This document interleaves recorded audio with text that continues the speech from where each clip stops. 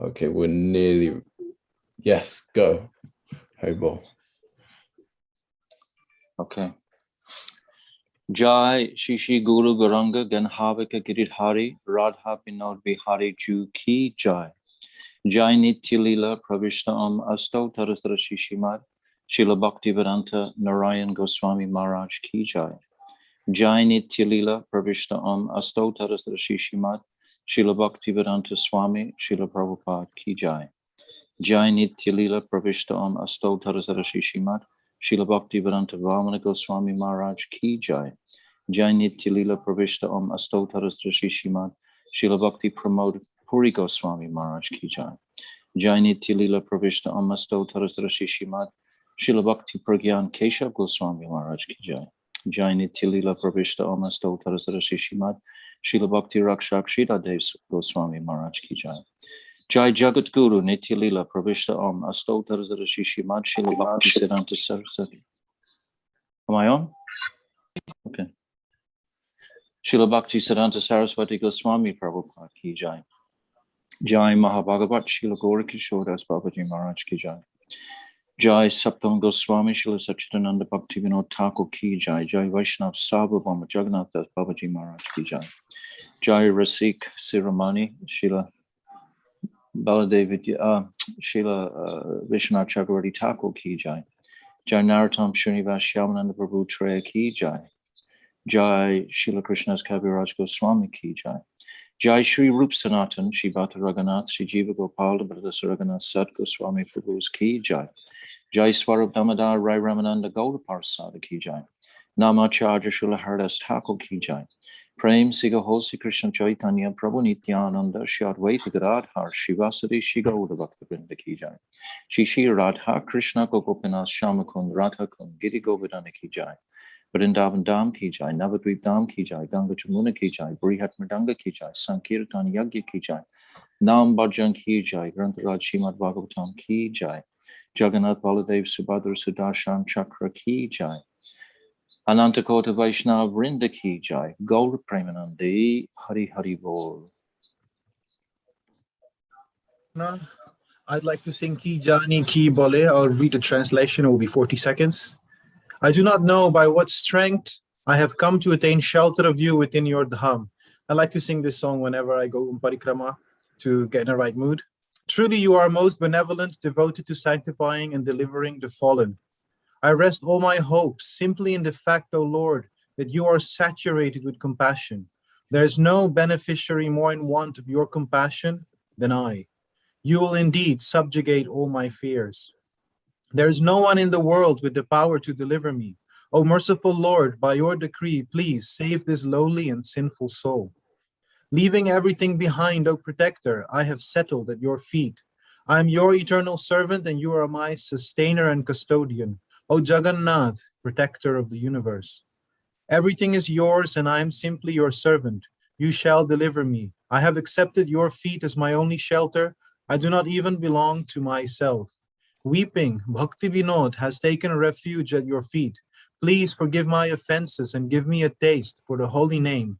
Maintain me in this way. Ki jani ki bole tomar dhamete hoino sharanagata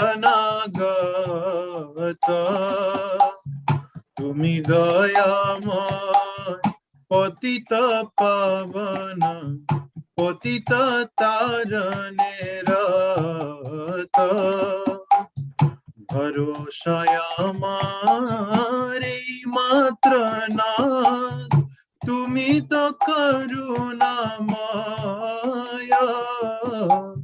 tab daya patra nahi mara sama avasya ghuchabe bhaya amare tarite kahar shakati avani bhitare na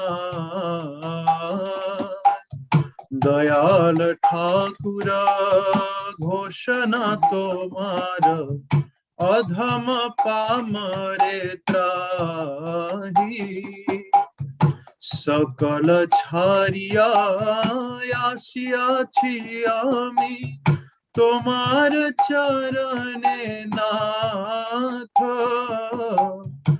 আমি নিত্য দাস তুমি পালয়িতা তুমি গোপ্তা Jagannath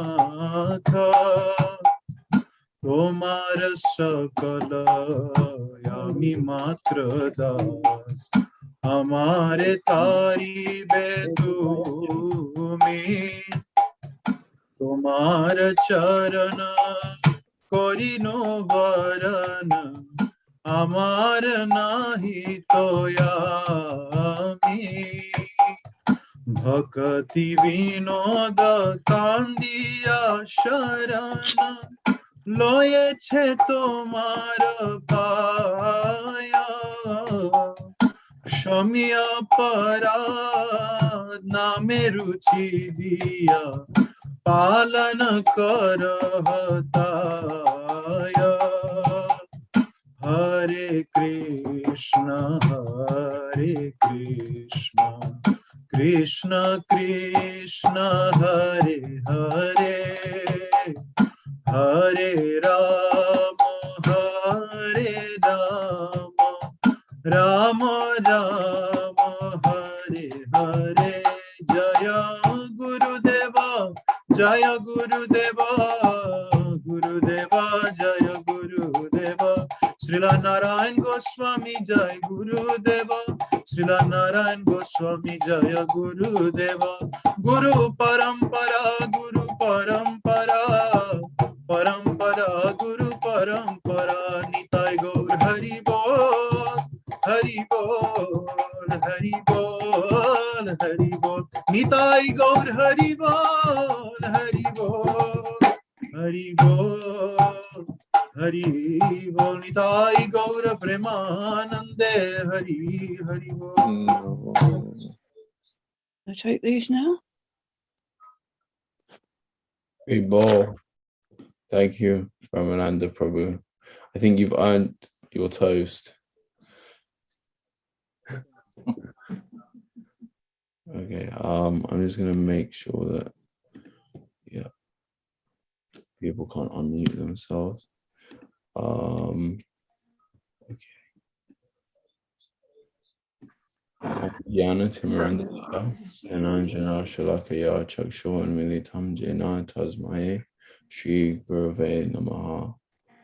So before I begin, I want to offer my Dandavat pranams unto my Gurudev, Shri Srila Bhaktivedanta Bon Goswami Maharaj, to Param Gurudev, Shri Srila Narayan Goswami Maharaj, to Srila Bhaktivedanta Swami Prabhupada, to Arta Rupa Nuga Gaudiya Guru Varg, to all Vaishnavas and everyone listening on Zoom, on YouTube, on Facebook, and to our recording.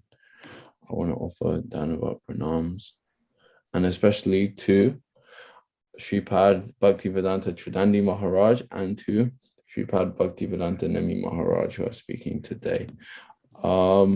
So today is the second day of journeying on our Parikrama. It's our third day of Zoom programs, but it's the second day we are going out into Vrindavan together. And to begin, Pujapad Janandi Maharaj will be taking us to Madovan. Then we'll be going with Nami Maharaj to Dhruva-tirtha. And then we'll be finishing again with Chidandi Maharaj at Talavan, Kumudvana, and Bahulvan. So I hope everyone has sorted out their bus tickets so that they can come with us. And the speciality of Zoom is that you can go, is that it takes a lot less time on the bus than it does when you're actually in Vrindavan to get to the place, which is why Maharaj will immediately after I've finished begin speaking on Madhuvan. Okay, Maharaj. When you're ready. Thank you, Tarunji. Thank you, Tarunji. Thank you, Yashoda, for organizing everything. Thank you. Gurave Gaura Chandraya Radhikaya Tadaraye Krishnaya Krishna Bhaktaya Tarabhaktaya Namo Namaha. I'm first of all offering millions and millions of Dandavat pranams unto the lotus feet of my most beloved Gurudev, Nityalila Pravishta on Astotara Shishimat, Srila Bhaktivedanta Narayan Goswami Maharaj. And I'm offering the same again, millions and millions of times, unto the lotus feet of our most beloved Nityalila Pravishta on Astotara Shishimat, Srila Bhaktivedanta Swami Srila Prabhupada, and all our Rupanuga Guru Vargya, my prostrated Dandavat pranams. So, as Tarunji has just said, we are on the third day of our Zoom Parikrama, but on the second day of our actual traveling around in Braj Parikrama. So today, we're starting early in the morning from Gopinath Bhavan, and we're assembling just in front of Gopinath Bhavan. And if everyone's checked their seat tickets, which is always a drama to run to the notice board and see which bus, etc., we're on. And then we find our buses and we sail off through the back streets of Vrindavan. And then we're going to come onto the main Agra Delhi highway in our buses, and we're going to head southwest. So if Manjalali, Didi would like to just put the map on the front here. Okay. So just if you open it out, you pinch it out, you can see from Vrindavan.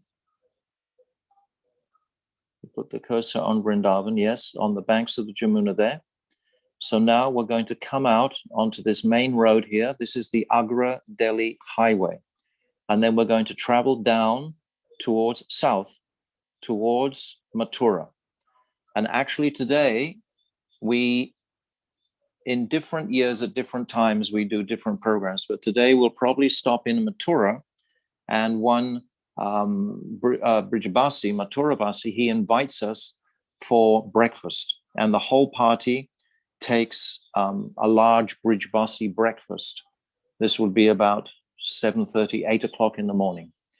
So, and then from there, when everyone has finished their breakfast, then we head out southwest to Madovan. You can put the cursor now on Madovan. Yes, that's it. You see Madovan. And then I'll just give you the route of where we're going to go today so you can see.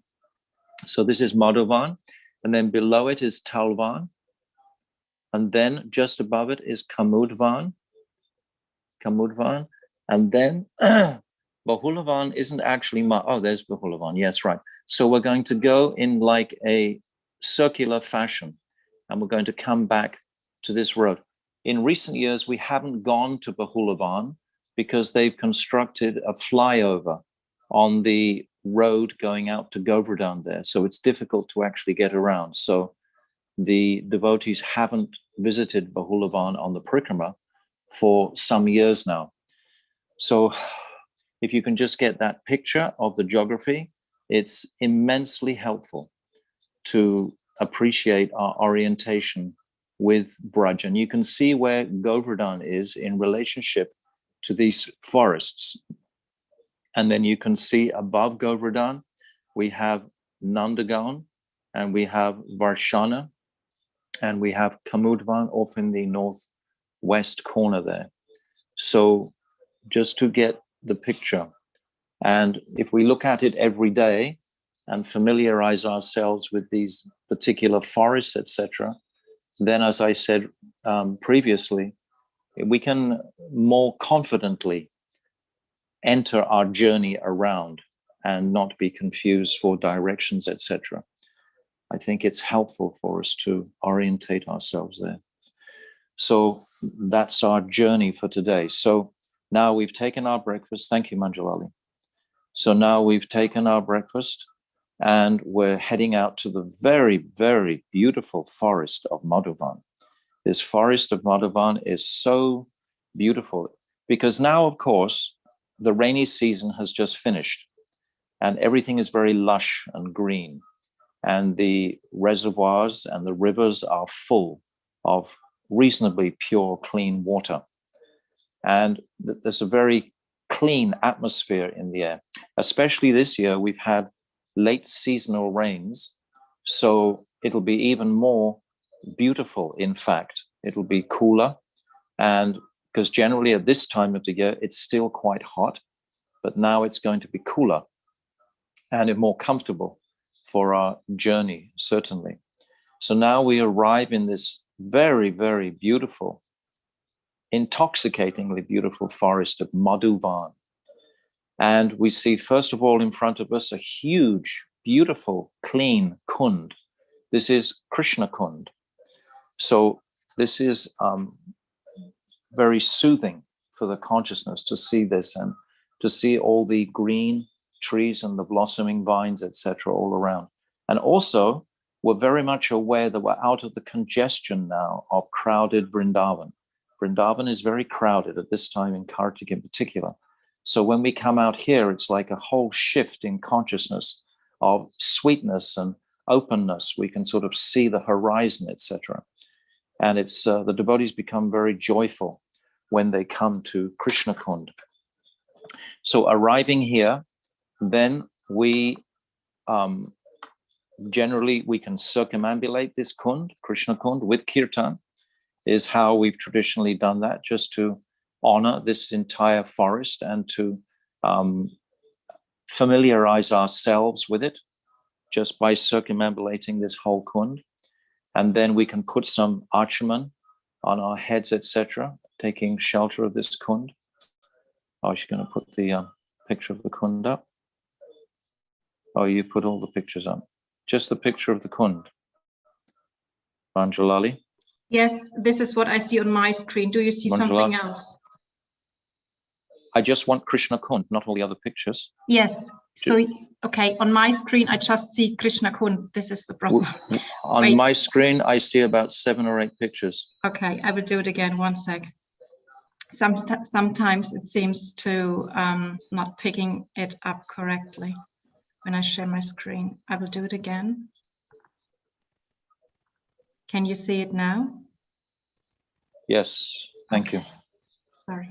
So this is the beautiful Krsna-kunda where we've just arrived, and we've just circumambulated around this gorgeous kund, and we're appreciating the atmosphere and speciality of the rural setting where we found ourselves this morning. It's very beautiful, and we have beautiful kirtan, strong kirtan, and then we all assemble just beside that spiral-shaped temple there in the center, just off to our left. We all sit there, the devotees, to hear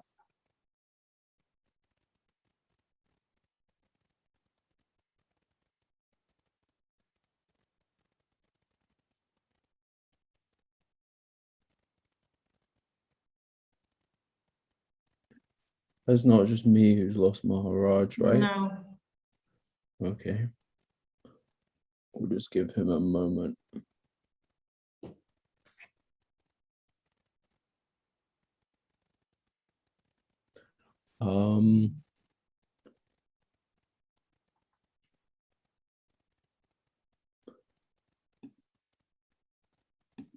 some Harikata. Maharaj. Oh.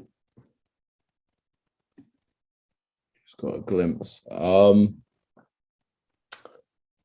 it's the internet is going down. I'll send him a message now. If not. Can you hear me now, Tarun? Yes. Yeah. Sorry about that. Lost him for about a minute.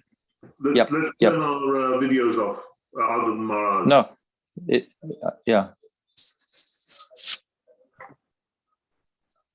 Although I don't know that makes so much difference, Yashoda, really. It's my video that makes the difference. your videos don't challenge my connection, I don't think.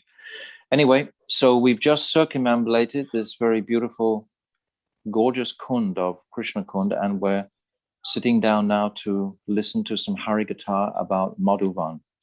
Madhuvan is an extraordinary forest, and it has pastimes that span the 4 yugas very beautifully. In Satya Yuga, there was a demon called Madhu, and Krishna came and he killed that demon.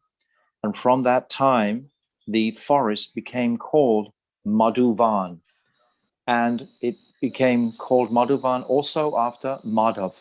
Madhav, of course, means springtime, which is a name of Krishna as well, because it's such a beautiful location. So there's not a lot of detail on that particular demon, and yet we understand in Satya Yuga that Krishna killed that immense demon of Madhu.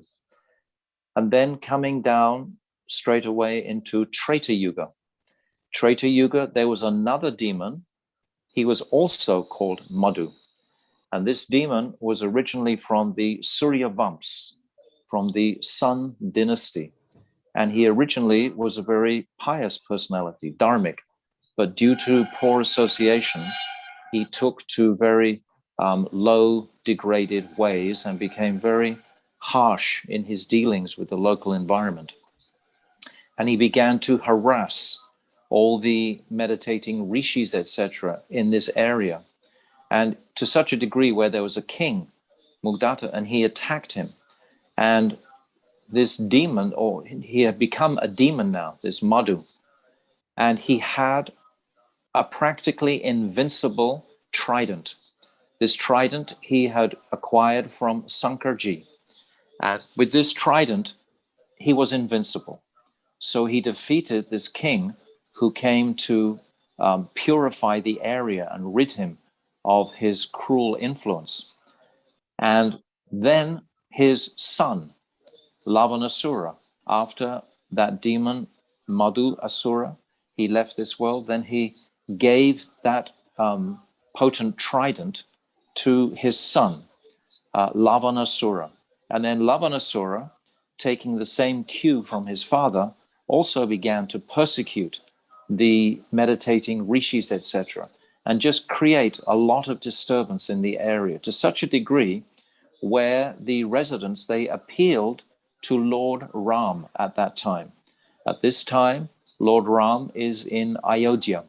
Ayodhya is quite practically 1,000 miles, I think maybe less, from Madhuvan, but they appealed to him to please protect them from this demon Lavanasura, who was disturbing them so extensively. So Ram, of course, in his mood of unlimited compassion, he decided to send his dear younger brother Satrugha to purify the land of this demon Lavanasura. And initially, Satrugha was very much unhappy to be given that order to leave the lotus feet of his divine brother, Lord Ramchandra. Still, on the order and request of his brother, he was duty bound to fulfill that request. But he begged before leaving, can I please take this most beautiful deity of Varaha-dev, Adi Varaha-dev, with me to bring great auspiciousness to that land of Mathura and Madhuvan. Just after this area would be called Mathura, after the forest of Madhuvan. So Lord Ram, he consented to that idea that Satrugha could carry this most sacred Adivaraha deity. This deity had originally been worshipped by a very pure Brahmana called Kapila. And that Kapila was approached by Indra Dev, seeing the splendor and beauty of Varaha-dev, this deity. He requested, you come to Swagaloka and you please perform your worship of this deity in Swagaloka. So that Brahmana, he agreed and he went to Swagaloka with Lord Indra, and he continued his worship until he left his body. And at that time, Indra, he also began to worship that deity. And my Gurudev describes that even Hanumanji at one point worshipped this beautiful deity of Adi Varaha.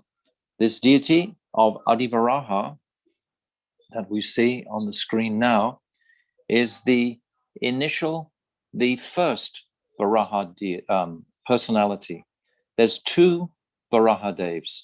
There's Adi Varaha, who is the darkish, shyam-colored Varaha, and there's Sweta Varaha, the light-complexioned Varaha Dev.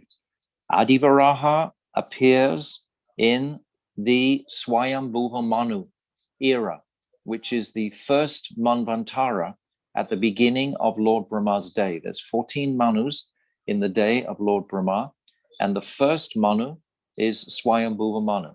So Adi Varaha, he manifested from the nostril of Lord Brahma, and he rescued Mother Earth from the Garbhodak ocean and placed her in her orbit, etc. And then he leaves, he disappears and goes back to his Vaikuntha realm. Unlike the second Varaha, who is the Sweta Varaha, who appears in the Chakshush Manvantara, which is the previous Manvantara to this Manvantara we are in now. We are in the 7th Manu. So in the 6th Manu, Sweta Varaha appears, and he appears from the ocean, and he kills Hiranyaksha, and he's called Nira Varahadev. So both of these Varahadevs, their deity forms today are situated, this exact same deity is situated in the city of Mathura, just behind the Dwarkadish temple there. So we can have darshan of that Adi Varaha. So Satrugha, he left carrying this beautiful, gorgeous deity of Lord Varahadev to bring auspiciousness to his quest to purify the land of Madovan, the forest of Madovan. Thank you, Manjulali. So then when he came, he arranged his army to block the cave entrance where Lavan Asura stayed. He waited, they hid in the bushes, etc., and they waited until Lavan Asura went out hunting. They knew he left his sacred trident within the cave when he went out hunting. So Satrugha situated himself between the cave and the pathway where Lavan Asura would return. And when Lavan Asura returned from his hunting, carrying huge elephants and different sorts of animals that he had killed, he was a massive demon. Then Satrugha fought with him and wouldn't allow him entrance into his cave to retrieve the trident.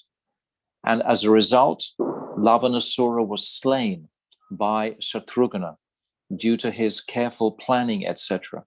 So this was a very joyous occasion, and all the demigods, they rained down flowers, etc.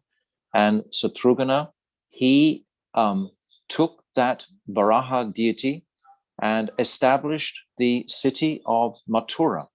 And that deity today, we can actually have darshan of that deity in Mathura. But there's a very beautiful deity here in Madovan of Satrugha.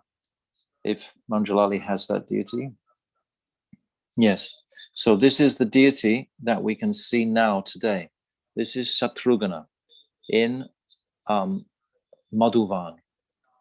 And just a simple deity, but still the potency of that deity and that pastime and that lila is so much prominent in the atmosphere when we come to Madovan. So now, moving along to the next age, which is Dwarf Yuga. At the same time, by the way, in the Leela in Satrugha, Dhruva Maharaj, he performed his austerity in this very forest of Madhuvan. And this morning we're going to hear this whole narration by Pujapad Nemi Maharaj. Afterwards, we're going to hear the whole pastime of Dhruva Maharaj. So Dhruva, he has his place of austerity very close by to this Krsna-kunda. So now in Dwarf Yuga, so that's Satyuga, Treta Yuga, and in Dwarf Yuga, there's the so many beautiful pastimes of when Krishna would come with the cowherd boys and thousands of cows. At this time, when he came to Madovan, it's described that he had been sanctioned to take care of the cows now.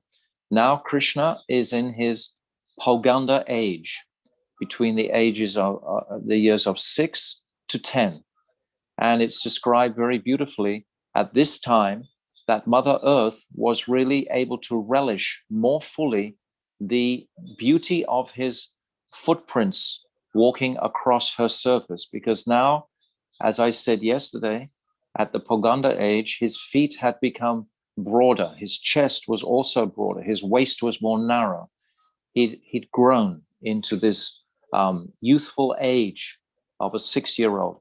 And the first Gopastomy is described that there's 2 Gopastomies in the month of Kartik. The first is when Krishna is given permission to take the calves out. And there's a whole pastime about that. Mother Yashoda definitely doesn't want Krishna to go into the dark, foreboding forest with the calves and just the cowherd boys to play. She's greatly opposed. So they have to have a very extensive meeting of all the elders, Nanda Baba, Upananda, Sunanda, Abhinanda, all of the senior men of the village have to have a meeting to decide, can Krishna take the calves out? So similarly, when Krishna was, his age indicated that he was ready to tend to the cows, there was also another meeting to grant Krishna permission for that.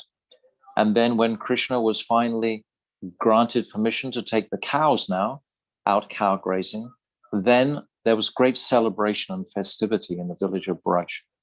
And when Krishna goes out for the first day, all of the mothers and all of the houses, they all offer arti to Krishna as he goes on his journey. So the first day of Gopastomy, it takes Krishna a long time to reach the forest. And then finally, almost as soon as he reaches the forest, many servants arrive with all sorts of prasadam, etc. And then very shortly after, they have to return to the village. But on this day, this is the 2nd or 3rd day after Gopastomy, that he comes out to Madhuvan, and he's bringing all the cows. They have millions and millions of cows.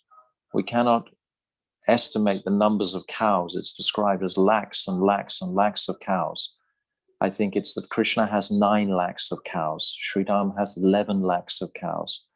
So if you've ever seen large groups of cows here in Vrindavan, it's absolutely breathtaking. Sometimes if you're fortunate on the road traveling around, you'll see for almost 40, 50 minutes, if you're standing in one place, these cows just passing by, these beautiful white Surabhi cows and sometimes speckled cows.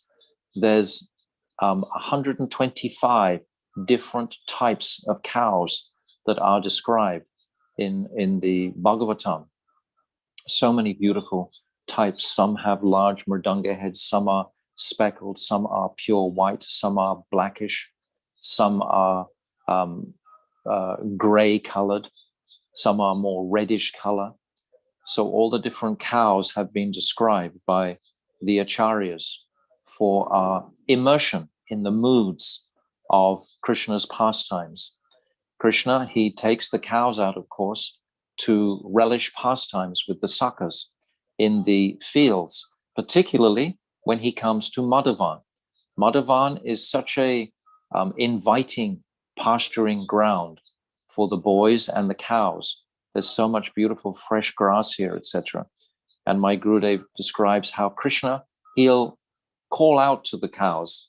he'll say diri diri. This means go slowly, go slowly. Then he'll say hoya, hoya. This means come on, come on.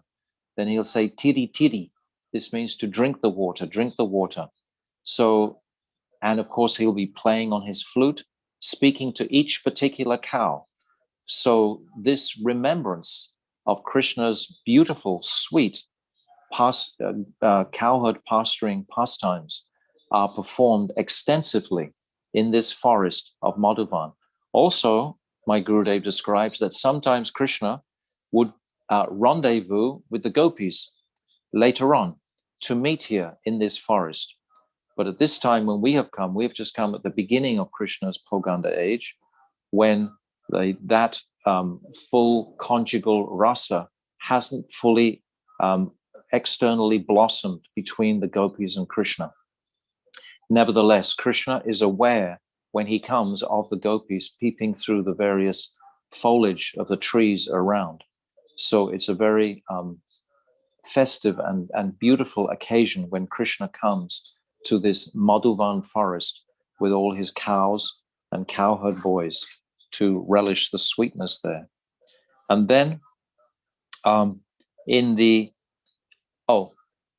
this time also, there's one mantra that we can all chant together. And this is described as bringing great auspiciousness to the devotees who come to this forest of Madhuvan in particular. So I'm just going to say this mantra, and I didn't make a copy of it to put on the screen, but you'll find in your Parikrama books, it's right on the first page describing the auspiciousness of reciting this mantra to give us entrance into meditation on this divine forest. So the first word is Om, Hram, Krim, Madhuvanadi, Pataya, Madhavaya, Namaha, Swaha. That's the very simple mantra. I'll just repeat it one more time for our benefit. Om, Kram, Krim, Madhavanadi, Patayaya, Madhavaya, Namaha, Swaha. So by reciting this mantra, it's described that all the flavors of this Madhuvan forest will infuse our consciousnesses very simply, and auspiciousness will prevail for us. Can you repeat the fifth word, please, Maharaj? Fifth one. Om Hram Hrim, Madhavanadi, and then Pataye, P-A-T-A-Y-E. Thank you. Okay. So empowered by this mantra, now our appreciation for the forest becomes more enhanced, and our appreciation particularly for the beautiful cowherd pastimes that Krishna performs here. And then it's described in Kali Yuga that Sri Chaitanya Mahaprabhu, he comes here on his very brief visit to Vrindavan. Mahaprabhu only spends 10 days in Vrindavan practically, because the mood of being reminded of Shyam manifests in his heart rather than relishing the mood of Sri Radhika, which is why Mahaprabhu has actually advented, is to taste the sweetness and speciality of Radhika's love for him. This is why he's manifested. So when he comes to Vrindavan, then very much an Udipan manifest of attraction for Krishna's pastimes, and he's feeling himself taking on again that Shyam hue, because the cows, they all come and lick him. And the beauty and sweetness of kunds like this Krishna-kunda remind him, of course, of 5,000 years ago when he was here herding the cows, etc. So Mahaprabhu, when he comes at that time, my Gurudev describes, he has a spurti of Krishna and his pastimes here.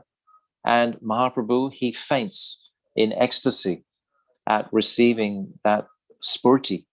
And the devotees that are around him and with him, they go into a tumultuous kirtan to bring him back to consciousness. But Mahaprabhu, he deeply relishes the sweetness and speciality of this place. So this is Madhuvan. And also here, we have an exceptional temple of Daubai, of Baladev, Prabhu. Just as we enter the sitting area of Madhuvan, there's a very beautiful temple. So Manjulali, you have that picture with Gurudev walking into that temple and the devotees. You can put on the screen now. Yeah, one sec.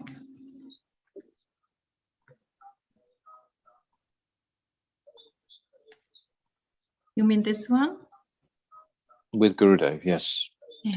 So this is Gurudev entering into this temple.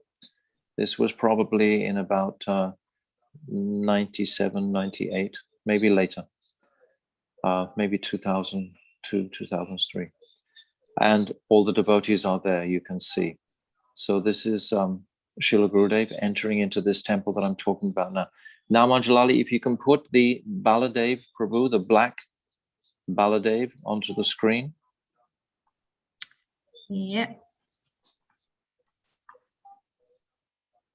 The one from Baladev, but no, the one black. Other one. Where is it? No. Ah, here. Yeah. Coming.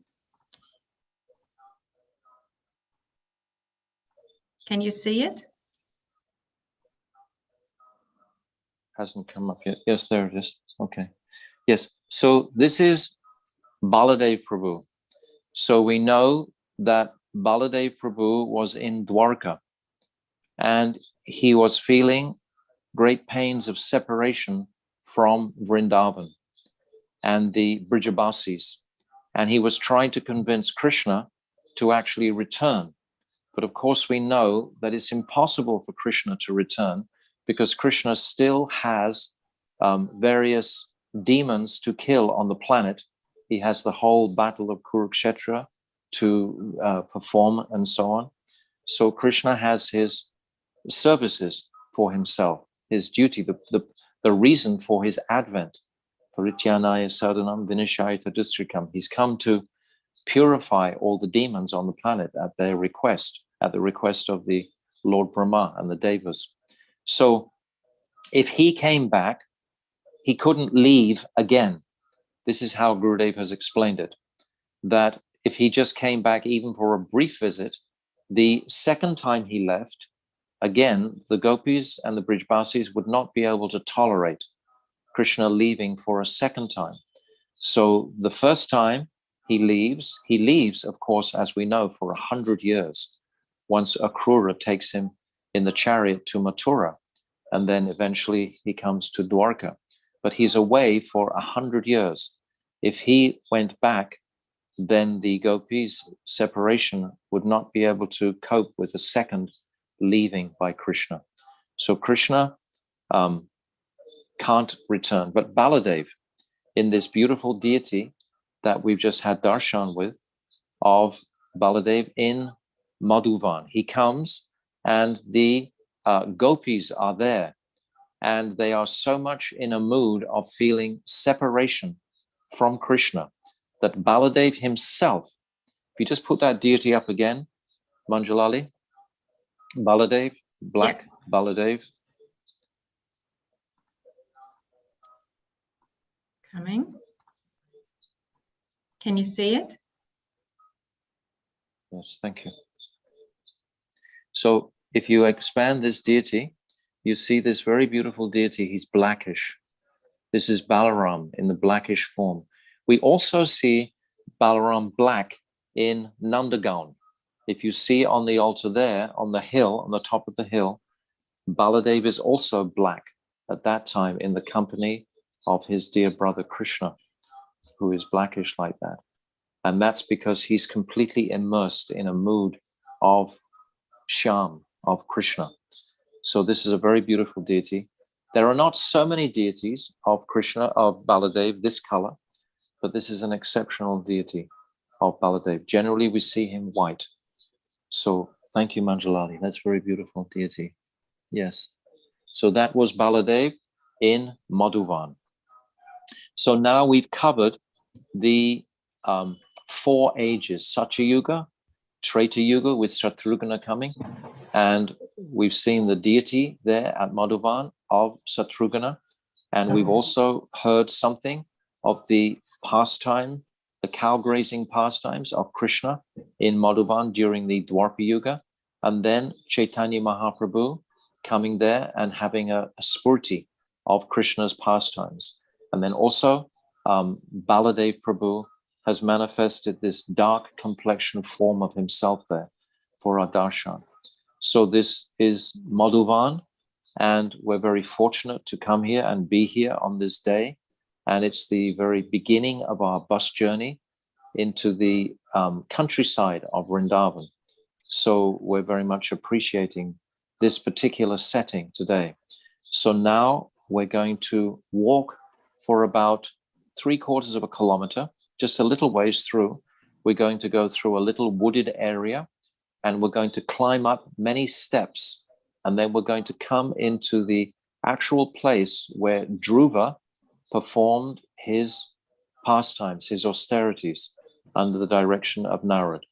And our beloved Srila Bhaktivedanta Nemi Maharaj is going to describe in detail the Dhruva Charita today. So thank you very much. That is Madhuvan Ki Jai. Gaur Premanandi, Hari Hari Bol. Hari Bol. Thank you very much, Maharaj. I think you summarized at the end very nicely as well. I just want to add my appreciation for you very specifically describing the precise journey on the Parikrama. I think that's actually very special. I think it's so important. I know it's very important for you as well. That's why you're doing it, and it's just very. It just adds to this feeling that we really are going on Parikrama. We really are being absorbed. Because, yeah, and this is what I'm realizing as well, Maharaj, because I was fortunate a couple of years ago to go to Vrindavan, but there were so many times when I was maybe physically in Vrindavan, but mentally in many, many other places. And I'm realizing it's so important to be mentally in Vrindavan. And when you describe the route on the bus, starting outside Gopinath Bhavan, taking prasad in Mathura, and just all of these memories are coming back when, arriving at Krsna-kunda, when I saw the picture and the deity of Baladev. So it really does feel like we're on Parikrama. We are on Parikrama. Yes, it's the month of Kartik. Yes. Okay. So thank you, Tom. Just to reiterate, Pujapad Nemi Maharaj will be speaking on Dhruva-tirtha for, I think, 30 to 40 minutes. And yes, you've unmuted. Haribol.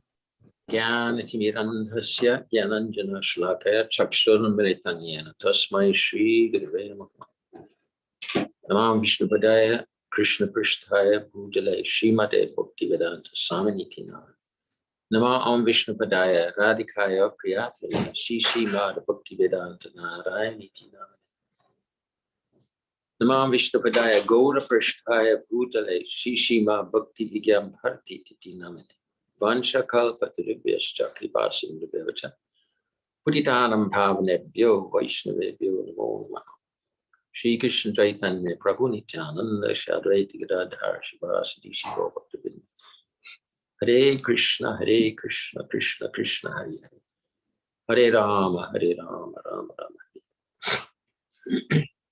Of my humble obeisances, my beloved Diksha Guru, Nityalila Bhavishta Shishima Bhaktivedanta Swami Maharaj, Srila Prabhupada, my beloved Shiksha and Sannyas Guru, Rupamnagavara Shishima Bhaktivedanta Narayan Goswami Maharaj, my beloved Shiksha Guru, Shri Bhaktivedanta Bharati Maharaj, all acharyas now Rupamnagavara Varga, and now for my obeisances to all devotees, headed by Pujapat Sridhani Maharaj, Yashodhananda Prabhu, and all senior devotees. Hare Krishna. I want to begin by appreciating Srila Gurudev,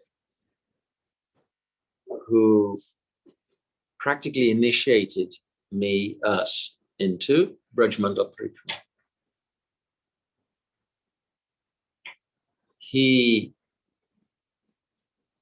said, why do we go and offer obeisances? Are we offering obeisances to sticks and stones? No. We're offering obeisances, actually, the personalities. All of these places, they're all personalities. The whole spiritual world is personality. And they've appeared in this material world also. And all of these places have their own particular moods. So our blessing will be when we can settle into those moods. I remember one particular time, we were with Srila Gurudev at Prem Sarovar, which is where Madhusudan, not Madhusudan, where Madhumangal chased away the bumblebee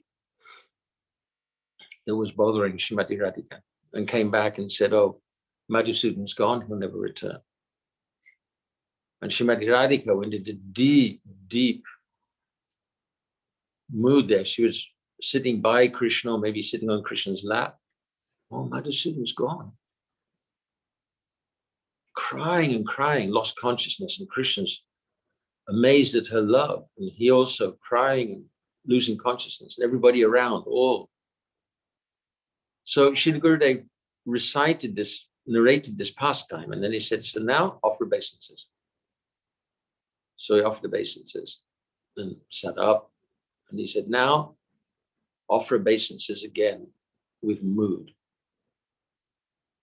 So this mood is actually the essence of Parikrama. Srila Bhakti-Vigyam Bharati Maharaj, he said that actually it's useless to perform Parikrama unless we're with devotees in whose hearts the fire of separation is burning fiercely. And he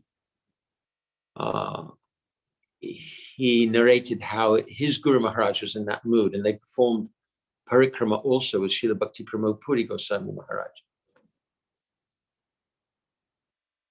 So we're fortunate if we can remember how Srila Gurudev performed Parikrama, how he inspired us with his Harikatha, which is still, the mood of that is still preserved in the Parikrama book. So I'm offering my obeisances at his lotus feet. One thing in one of his early books, and I don't remember which one it is, there's a picture of Srila Gurudev sitting beneath a tree.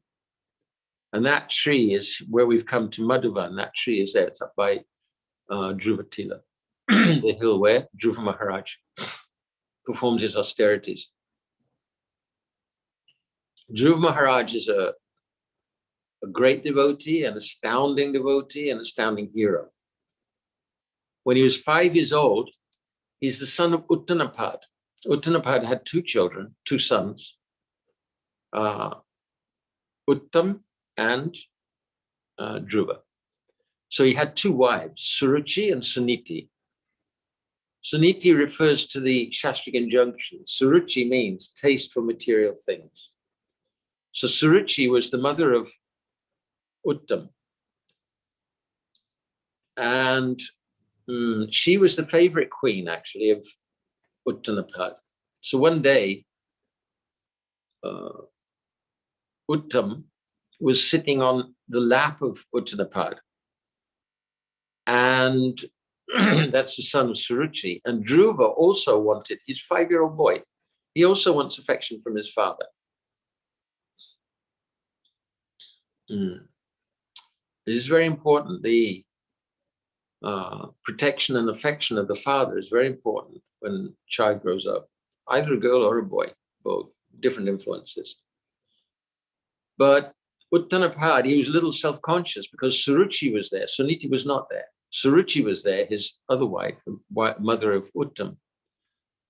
And he was aware that she was not that happy about, she was critical of Dhruva. So Uttanapad didn't particularly welcome Dhruva Maharaj.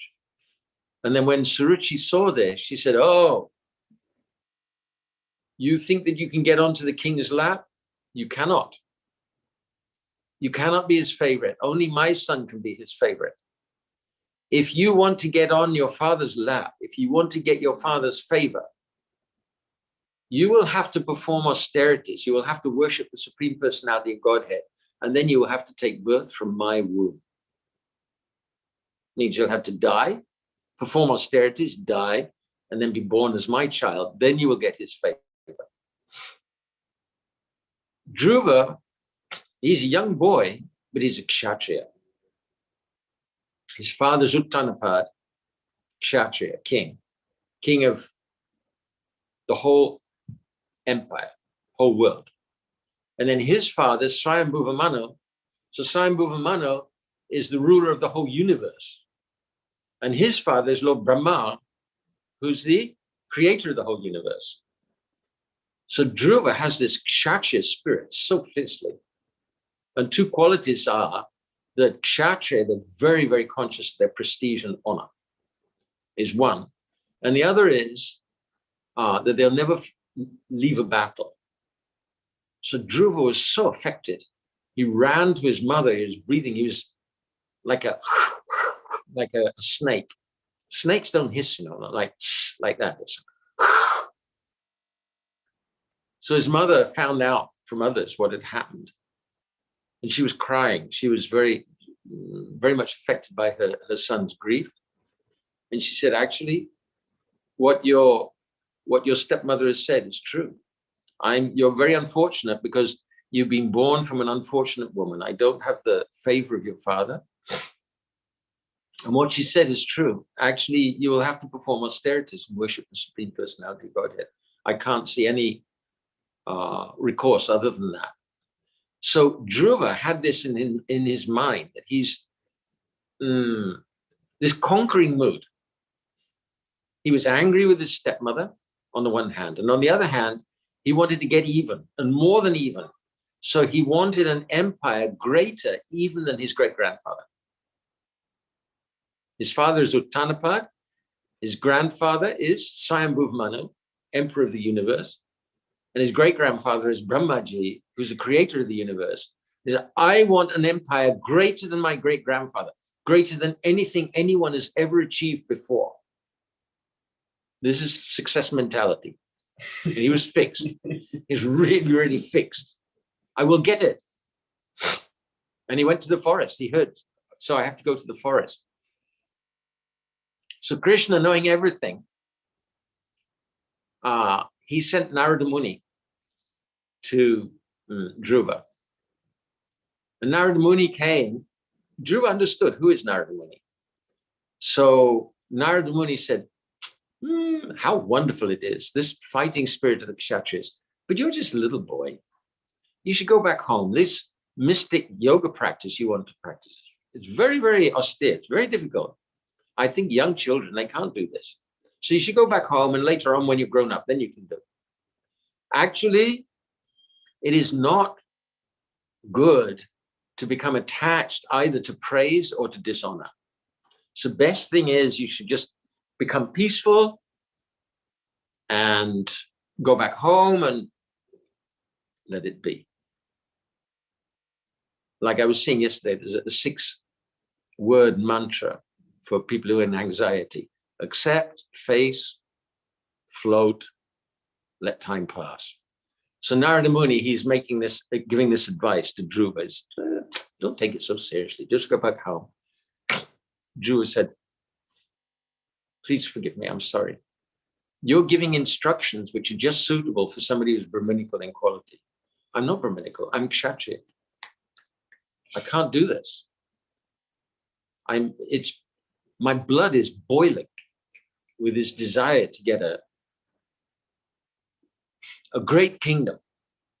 I want this achievement. I want this achievement. So Narada Muni actually was testing him. He said, okay, then I'll teach you. And then he gave Dhruva detailed instructions that how he should perform. He should go to Madhuvana. And there he should take bath in Kalindi, Yamuna Kalindi, blessed, sacred, actually the form of liquid praying, Yamuna, and the form of Vishaka Devi also. Very, very blessed. So you should take bath 3 times daily, perform austerities, and then he gave instructions how he should worship. He can make a form out of earth or clay and worship with whatever paraphernalia is available, and he should take fruits and berries from the forest and be satisfied with that. And then he described that how you should meditate on the form of the Supreme Personality of Godhead within the heart. 4 arms, club, conch, disc, lotus flower, beautiful crown, cost of money, glittering, his toenails glittering, fingernails glittering. Anyone who meditates on this form of the Lord, they will never fall down. They'll become completely absorbed and never fall down. And then he gave them the mantra. He said, if you chant this mantra for 6 months, then all success will be yours. Om Namo Bhagavate Vasudevaya. Initiated him into the chanting in this mantra. Just like my Guru Maharaj, always before class, giving class, he would chant Om Namo Bhagavate Vasudevaya. And Srila Shukadeva Goswami also, before narrating Bhagavatam, also began like that. So Dhruva went to the forest, and as instructed, he was worshipping the Supreme Personality of Godhead with his mind. Deep, deep concentration, intense determination. So he started off eating fruits and berries every 3 days, becoming more and more absorbed in his concentration. Then, that was in the first month. In the second month, he was eating dry leaves and grass every 6 days. He's a young boy, 5 years old. Just imagine what we were doing at 5 years old, what we could have done. And then in the third month, he gave up eating altogether, and he was just drinking water. Drinking water every 9 days, becoming more and more withdrawn from all his physical activities. And then in the, where we got to, 4th month, he was breathing once every 12 days. Deep, deep, very deep concentration on the form, personality of the Supreme Personality Godhead within his heart. Because Narada Muni is so powerful, he'd initiated him. And because he was following the instructions of his Guru Maharaj, so all success was coming to him. And then in the 5th month already, he was completely fixed. He'd stopped breathing, closed all the holes of in his body, and he was carrying the Supreme Personality of Godhead within his heart. And the Supreme Lord is a full, like he contains the whole material energy, everything. So Dhruva was so powerful, had become so powerful that he was pressing down the whole earth. Like comparison is given in Bhagavatam, just like if you put an elephant in a boat, like a boat in India, right? They're not very huge, and elephants are very huge. So if you put an elephant in a boat, the boat's going to be rocking backwards and forwards with the weight of the elephant. So Dhruva Maharaj had become so powerful that the whole earth was rocking by his weight, and the breathing of the whole universe had become choked up. Nobody could breathe properly. So the demigods also. So they went to the Supreme Lord and they said, what's happening? We can't breathe. All living entities all throughout the world, all throughout the universe, they've all become choked up. So what's happening? And the Supreme Lord said, yes, this is because my devotee, Dhruva, he's become very powerful in his yoga practice. I will go to see him. In his purport, Srila Prabhupada says, even if there's one devotee who really carries the Lord within his heart, it's as if he can make the whole universe tremble. In his purport, Srila Prabhupada, in this part of Srimad Bhagavatam, Srila Prabhupada is indirectly, he's referring to himself. So then Lord Vishnu got on the back of Garuda and he went to see Dhruva Maharaj. So Dhruva Maharaj is standing on one foot, pressing down on the whole earth, and in his heart, deep, vivid samadhi, deep realization of the form of the Supreme Lord, his beautiful face, his merciful glance, his kindness towards his devotees. And then suddenly his meditation broke. He opened his eyes and there's that Supreme Lord standing in front of him. Dhruva was in ecstasy. He fell down on the ground in front of Lord Vishnu, and then he's gazing at him in awe and reverence and love. And he wants to offer some prayers. The Supreme Lord, whom he's been worshipping so intently, 6 months, he's just appeared in front of him and he wants to offer prayers, but he's just a young boy. He hasn't been sitting in on Bhagavatam classes or anything like that, not familiar with philosophy. So Vishnu, Lord Vishnu, being very kind, he reached forward and he touched Dhruva Maharaj, touched him on the forehead with his conch. And Dhruva, immediately, he became conversant with all fundamental truths of the universe, all fundamental truths of creation, fundamental truths of the Supreme Lord, his relationship with devotees. And he began to praise Lord Vishnu with very beautiful prayers, very meaningful prayers. And at the end, he prayed that I am desperately anxious to have the association of devotees, because he saw clearly that his good fortune, seeing Lord Vishnu, his good fortune had come by the mercy of Narad Muni. So he's praying. See if I can find that verse.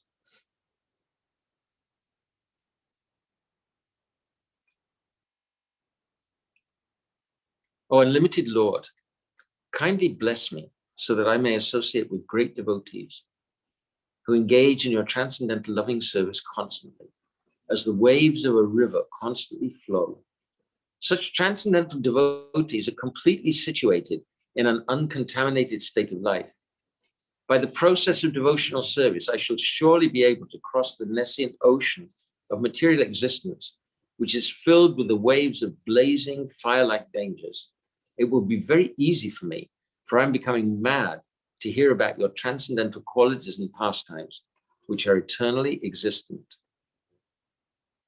And then he says that if somebody associates with a devotee, is always hankering for your service, your lotus feet, he never becomes attached to material body, material possessions, like that. So this prayer is very meaningful for us. Remembering, as I said at the beginning, remembering how Srila Gurudev took us on Parikrama. Now we've had the association, Srila Prabhupada, our Gurudev, Srila Bharati Maharaj, other great Vaishnavas, Srila Bhakti Kama Govinda Maharaj, some Srila Bhakti Pramod Puri Goswami Maharaj, Srila Bhakti Rakshak Sri Goswami Maharaj. But where are such great souls now? It's not so easy to find the transcendental association with devotees who are constantly engaged in service to the Lord, as waves are flowing constantly in a river. So then Lord Vishnu gave him full blessings, and he said, what you've asked for is very difficult to attain. Although your desire is very ambitious and very difficult to fulfill, I shall favor you with its fulfillment. All good fortune unto you. So Lord Vishnu had already created the planet, and he gave Dhruva Maharaj the benediction that he could stay on the pole star. And the pole star is actually, it's a transcendental planet, which is not destroyed even when this material universe is destroyed. Lord Vishnu himself lives there. So it's within this material world on the one hand, but on the other hand, it's not destroyed when this material world is destroyed. So in this way, Dhruva actually got a position which is greater than anybody, even Lord Brahma didn't get that. When Lord Brahma wants to be with Vishnu or wants to hear from Vishnu, so they go to Shvetadvip and then perform, they'll offer prayers, Purusha Shukta prayers, and Lord Brahma may hear the voice of Shri Vishnu, and the other demigods will have to hear from him what Lord Vishnu said. So Dhruva Maharaj, he attained an extraordinary position. And then, having given him this benediction, his blessings, Lord Vishnu got on the back of Garuda and went back to his abode. So was Dhruva Maharaj exhilarated? Oh, now I've got what I wanted. Yes, I'm the greatest person in the universe. Yes. No. No, he wasn't satisfied. Actually, he prayed to the Lord that I was looking for a piece of broken glass and I found a diamond. I don't want anything else. I'm satisfied. I'm satisfied. I'm having gotten darshan of your transcendental form, having received the blessings from your transcendental personality. I don't want anything else. Well, Lord Vishnu said, no. You were performing austerities. You were asking for benediction. Those prayers can't go in vain. So you'll live for 35,000 years, but you won't grow old. And Dhruva Maharaj, he was very unhappy with this. He just wanted to engage in devotional service. But he was told that you'll rule as king. When your father becomes older, he'll put you on the throne. He'll go to the forest. Your brother Uttam will die. And then his mother, Suruchi, will become mad when her son dies, and she'll be consumed in the forest fire. And you will rule the kingdom for 35,000 years. So he went back home. And meanwhile, Narada Muni had gone to see Uttanapad, the king. Hey, Uttanapad, how are you doing? It looks as though you're very withered. Your face is withered and dry. What's wrong? Uttanapad said, I'm so cruel. I banished my son just out of affection for my other wife. And my other Suniti also I practically banished. How cruel I am. And I think that he must have been consumed in the forest by animals. Narada Muni said, no. Actually, he'll become very great. His influence will be spread very, very quickly, very soon. Reassured Uttanapad. So after this incident, when Vishnu appeared to Dhruva, and he started going back home, then a messenger came to Uttanapad that your son is returning. Uttanapad could hardly believe. He thought for sure his son had died in the forest. He could hardly believe that his son could return. It was like he was coming back from the kingdom of the dead. But having heard that he was coming, he got on his elephant. He got on a chariot, and then the queen Suruchi, Suniti, and Uttam, his brother, they all got in a palanquin, and then they had huge procession. Vedic brahmanas chanting hymns, music with instruments, and they were going to meet this little boy, Dhruva. But he wasn't the same little boy who'd left home. He was blazing with the glory of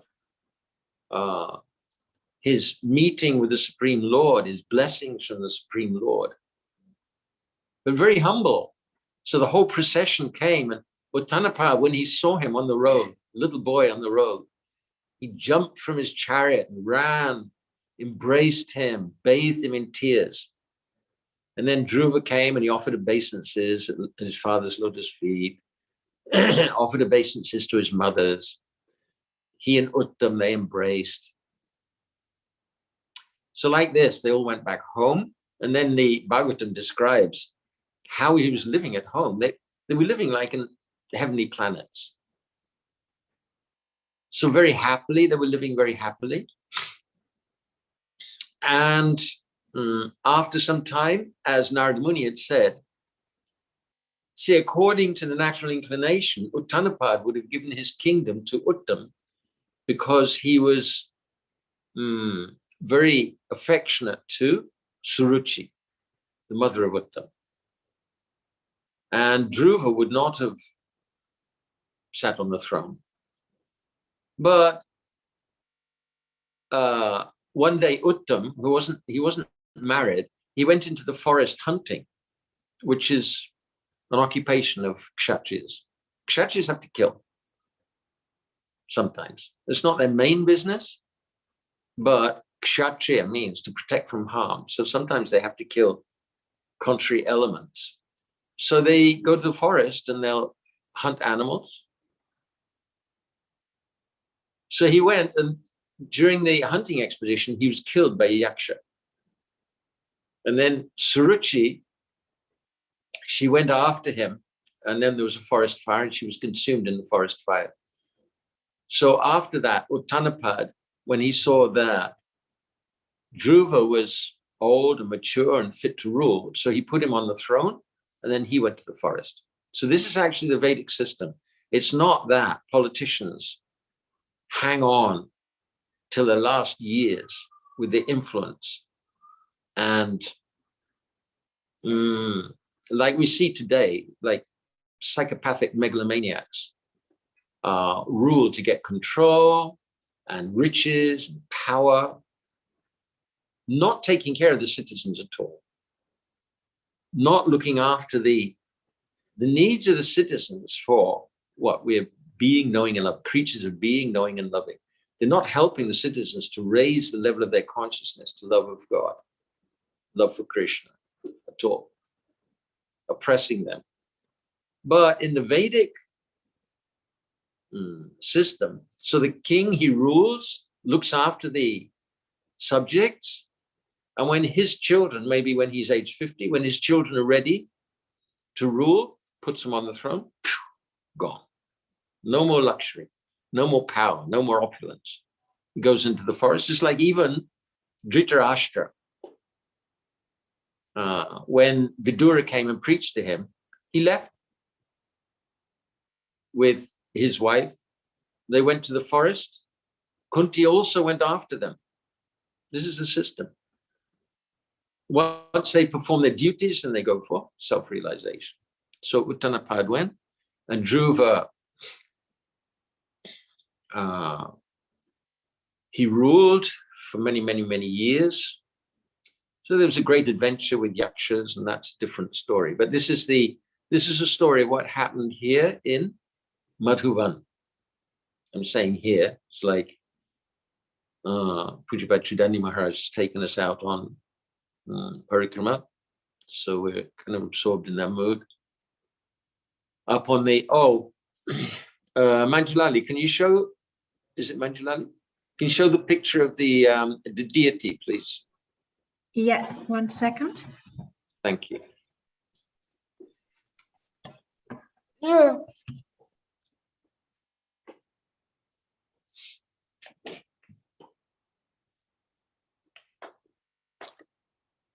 Picture we are not seeing. Do you not see it yet? Nope. Wait, you should. You see it now? Your sharing has started. Yes, yes, yes. Okay. So this is the picture of Prahlad Maharaj worshipping Lord Narayan. And this is actually on the top of Dhruva-tirtha. Tila means hill, so this is on the top of Dhruva-tirtha. Thank you, Manjulani. So Dhruva is a great devotee and he's a great hero. He's Sakam devotee. He's a devotee and he's a hero, and he attained this planet, but not the spiritual world, actually. It's Lord Vishnu's planet within the material world. He still had some material attachment, even when he stepped on the head of death and ascended into the flower plane. He was still looking after his mother. So he's a great personality, a great hero, a great devotee, and he's very much celebrated. He's one of the disciples, elevated disciples of Sri Narad Muni. And Dhruva means fixed in determination. So if we can somehow or other attain a fraction or a fraction of his determination in devotional service, and direct that not for worldly achievements as Dhruva, like young childish desire, actually, great childish desire, but under the direction of our Guru Varga, we can become determined in our service to Krishna. Just like Srila Gurudev used to say, when you perform Parikrama of Giriraj Govardhan, he will cheat you. Unless you follow my instruction, you have to go under my protection and don't become bewildered, don't become distracted by other desires. Otherwise, Nama Chintamani Krishna's Chaitanya Rasa Vigraha. Nama Chintamani, the holy name is a wish-fulfilling jewel. And if we have desires for anything worldly as we're chanting the holy name, then holy name will manifest those things instead of manifesting love for Krishna, love for Guru Gauranga Radha Krishna, which is our real goal. So these are some of the moods and lessons that we can get from the life and pastimes of Sri Dhruva Maharaj. And now we'll return to our organizers. Vansha kalpatarubhascha kripasindhavavcha putitanam pavanebhyo vaishnavebhyo namo namaha. Maharaji? Very beautiful katha, thank you. Could you possibly repeat slowly the prayer of Dhruva to Lord Vishnu? I just want to write it down. I found one on the net, but I don't think it's as good as the one you have. The one that I read, the verse that I read? Yeah. Maybe give us, yeah. About associating with devotees. Yeah, the reference is Canto 4, Chapter 9, Text 11. I mean, I'll just read it out, but if I read it out so slowly, you dictate it, we'll be here for like 10 minutes. Dhruva Maharaj continued, O unlimited Lord, kindly bless me so that I may associate with great devotees who engage in your transcendental loving service constantly, as the waves of a river constantly flow. Such transcendental devotees are completely situated in an uncontaminated state of life. By the process of devotional service, I shall surely be able to cross the nescient ocean of material existence, which is filled with the waves of blazing fire-like dangers. It will be very easy for me, for I'm becoming mad to hear about your transcendental qualities and pastimes, which are eternally existent.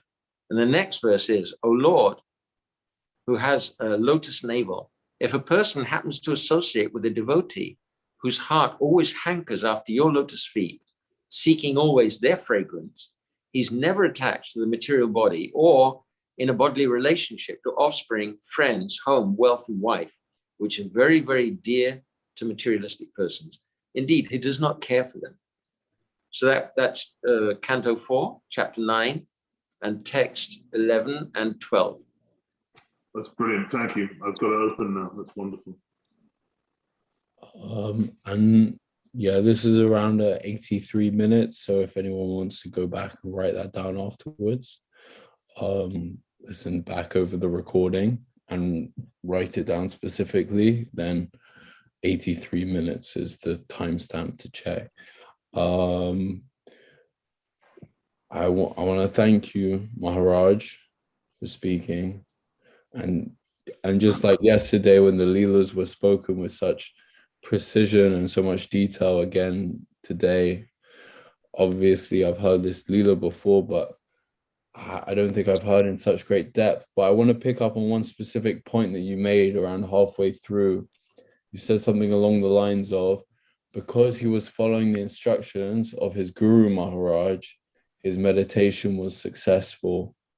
So I think this is such an important point, that it was by the mercy of his Guru Maharaj. And that's one of the many lessons that we can realize from this story, that, you know, we're doing this Parikrama because our Guru Varg have told us to do this Parikrama, because our Guru Maharajas have told us to do this Parikrama.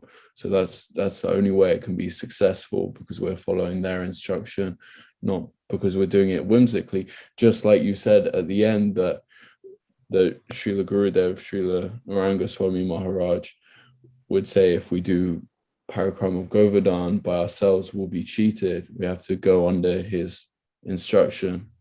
So thank you very much, Maharaj. Not only Parikrama, all of our devotional service, all chanting, remembering everything, that under their direction, and bearing in mind that our real goal is love for Guru Gauranga Radha Krishna, loving service. Hare Krishna. Very well. Thank you so much, Maharaj. And now we are returning to Pujyapat Tridandi Maharaj for the last leg of the Parikrama. And we are going to Talavan, Kumudvana, and Bahulavan. And Maharaj said he'd speak for 30 to 40 minutes, but he said maybe more if he gets fired up. So we all have to pray that Maharaj gets fired up so we can hear more Katha.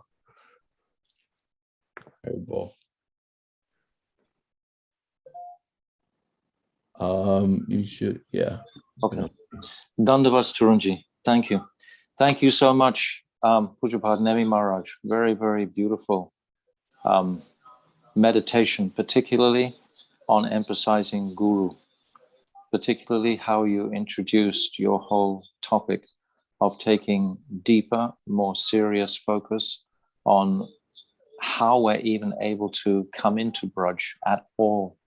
We are so fortunate. Other mats and groups, they don't have such a guru who's so enthusiastic to drag us around every single location, every single year, through all the dust and the difficulties and so on, as our Gurudev did. So it's phenomenal, really, when we think back on what we've, the gift that we've received from him. And as you said, right now, today, we are only going under that same power. Guru is eternal. Guru cannot leave under any circumstances. So it's him who is empowering our whole Zoom expedition, this virtual Parikrama around Vrindavan. And as Tarunji was saying at the beginning, it's very convenient for us just to turn on some device and actually come right into Vrindavan. How accessible have the Acharyas arranged it for us? Actually, it's coming from Srila Rupa Goswami. He's saying in that Tannama Rupa Charitadi Sukirtana Shmitya Kramana Rasana Satyoja Tishtem Braje Tanu Ragi, that in order to, the essence of all instruction, in order to actually achieve these higher states of consciousness, one must live in Vrindavan, travel in Vrindavan, be familiar with Vrindavan. So these parikramas, they embody this entirely. If every year we can't make it to that holy land directly, then these substitute virtual parikramas can be so much nourishing for us because it's what we've got. Anyway, I'm very grateful to you, Maharaj, for bringing that to the forefront, very emphatically at the beginning of your presentation. This is so true. Hare Krishna, Dandavats. Dandavats, Maharaj, Dandavats. So now I'm going to ask for the mercy of my beloved Gurudev and Srila Bhaktivedanta Swami Prabhupada to continue our parikrama from Madhuvan. And if you remember the map that we looked in the beginning, we're going to go to Talavan, which is very close by, perhaps less than 10 kilometers, very, very close indeed. And we're going to be traveling west. And we come to this beautiful, again, another gorgeous forest, especially at this season, in this time when we're coming, because of the rains, etc., and the green and the foliage and so on. So it's described that Krishna and the Sakhas, they would love to come to this particular forest. And in the chapter 15 of the 10th canto, which describes this particular pastime we're going to describe of Talavan and the purification of the demon who resided there, Denukasura, the first part of this beautiful chapter is a description of Krishna and Balarama coming into this forest area with all the cows and the Sakhas, etc. And again, just like we described in Madovan to some degree, a great festive atmosphere is taking place between Krishna and the Sakhas, and Balarama in particular. Krishna is proclaiming to Balarama, just see all the trees, they're all bowing down to take the dust from your holy lotus feet. Just see all the birds are chanting your glories. And he's as if he's proclaiming the omniscience of his divine brother Baladev, which is very interesting because a little later in the chapter, Balarama is going to be the great hero of this particular pastime that's about to unfold at Talavan. So the Sakhas, they've come into the forest, and this particular day, Srila Jiva Goswami describes, just to give some more udipan to the pastime, somehow or other, they weren't fully satisfied with their breakfast. That's hard to believe, so many mothers cooking for all the Sakhas, but somehow or other, they had some space in their stomachs, and they came to Krishna and Balarama, and in a mood of viraras or chivalry, like young boys will do. Again, Krishna is at this age of 6 years old, which is a very special age, in fact. Of course, the ages in Vrindavan, as Srila Gurudev has explained, are not like the ages we have in the world today in this Kali Yuga. At the age of 6, they would be far more advanced and mature in so many ways than a 6-year-old is today. Just like we just heard how Dhruva Maharaj at the age of 5, and also Prahlad we hear at that very early age. So back then, 5,000 years ago, it was a different conception of time for the ages. But at 6 years old, they're all incredibly joyful and leading all these millions of cows grazing. And the cowherd boys, Sridham, Sudam, and Stoka Krishna, they approach Krishna and Balarama and they say, you have to defeat this enemy of hunger. We're being afflicted by an enemy of hunger. And we can smell the aroma of these intoxicating ripe fruits called tal fruits. These tal fruits are very large. They look like a palm fruit. They actually grow on like palm-like trees. And they're very, very fragrant and very sweet indeed. So this scent was drifting through the air.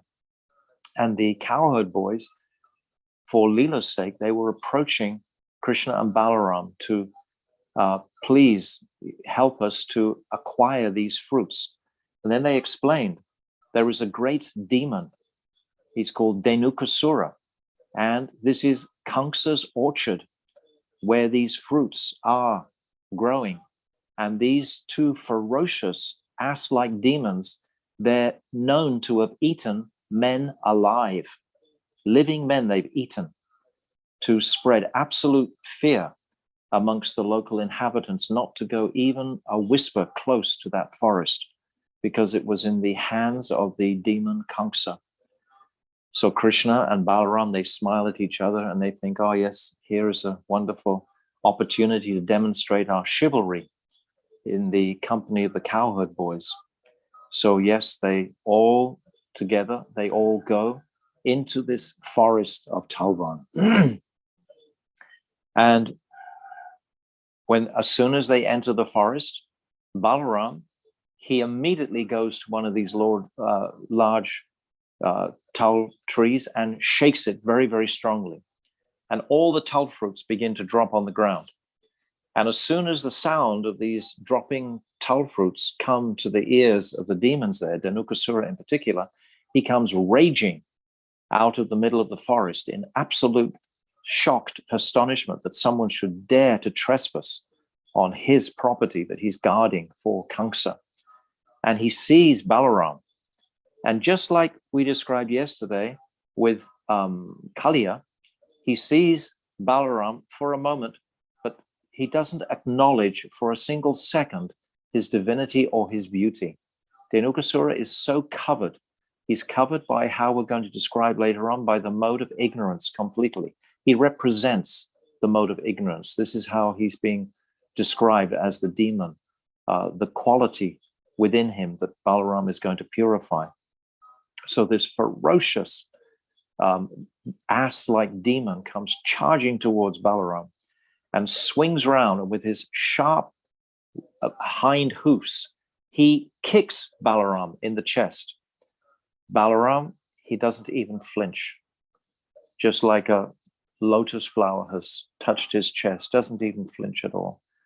And the Sakas, they are clapping and they're very joyful to see this, but they're a little bit trembling at the ferocity of this demon.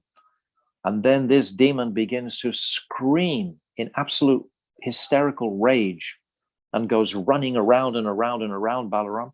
And then he charges back at him again. And again, he swings around his hind hoofs and aims a kick again at Balaram's head. And Balaram, very nonchalantly, he just grabs Denukasura's hind leg and begins to whirl it around his head. And the force of that centrifugal whirling makes Denukasura leave his body. He dies by the force of that twirling around by Balaram. And then Balaram, he throws that donkey, that ass, into the top of the tree, into the top of the tal tree. And the weight of that heavy ass-like demon, it cracks that tree when it lands on the top. And that tree falls against another tree. And it cracks that tree also. And then again, there's a whole like domino effect. And all these trees begin to go down. And at the sound of that, Denuka's cohorts, his associates there, they all come raging out of the forest in absolute fury. Who would dare to kill their great leader? And they all, in a very demonic way, attack Balaram and Krishna. Now, Krishna is standing right next to Balaram. And Krishna and Balaram, these two divine brothers, they begin to whirl around both of these ass-like demons. Manjalali, she has a picture of this, I think we can put on the screen now. And just to heighten our appreciation for this pastime. And they're whirling around these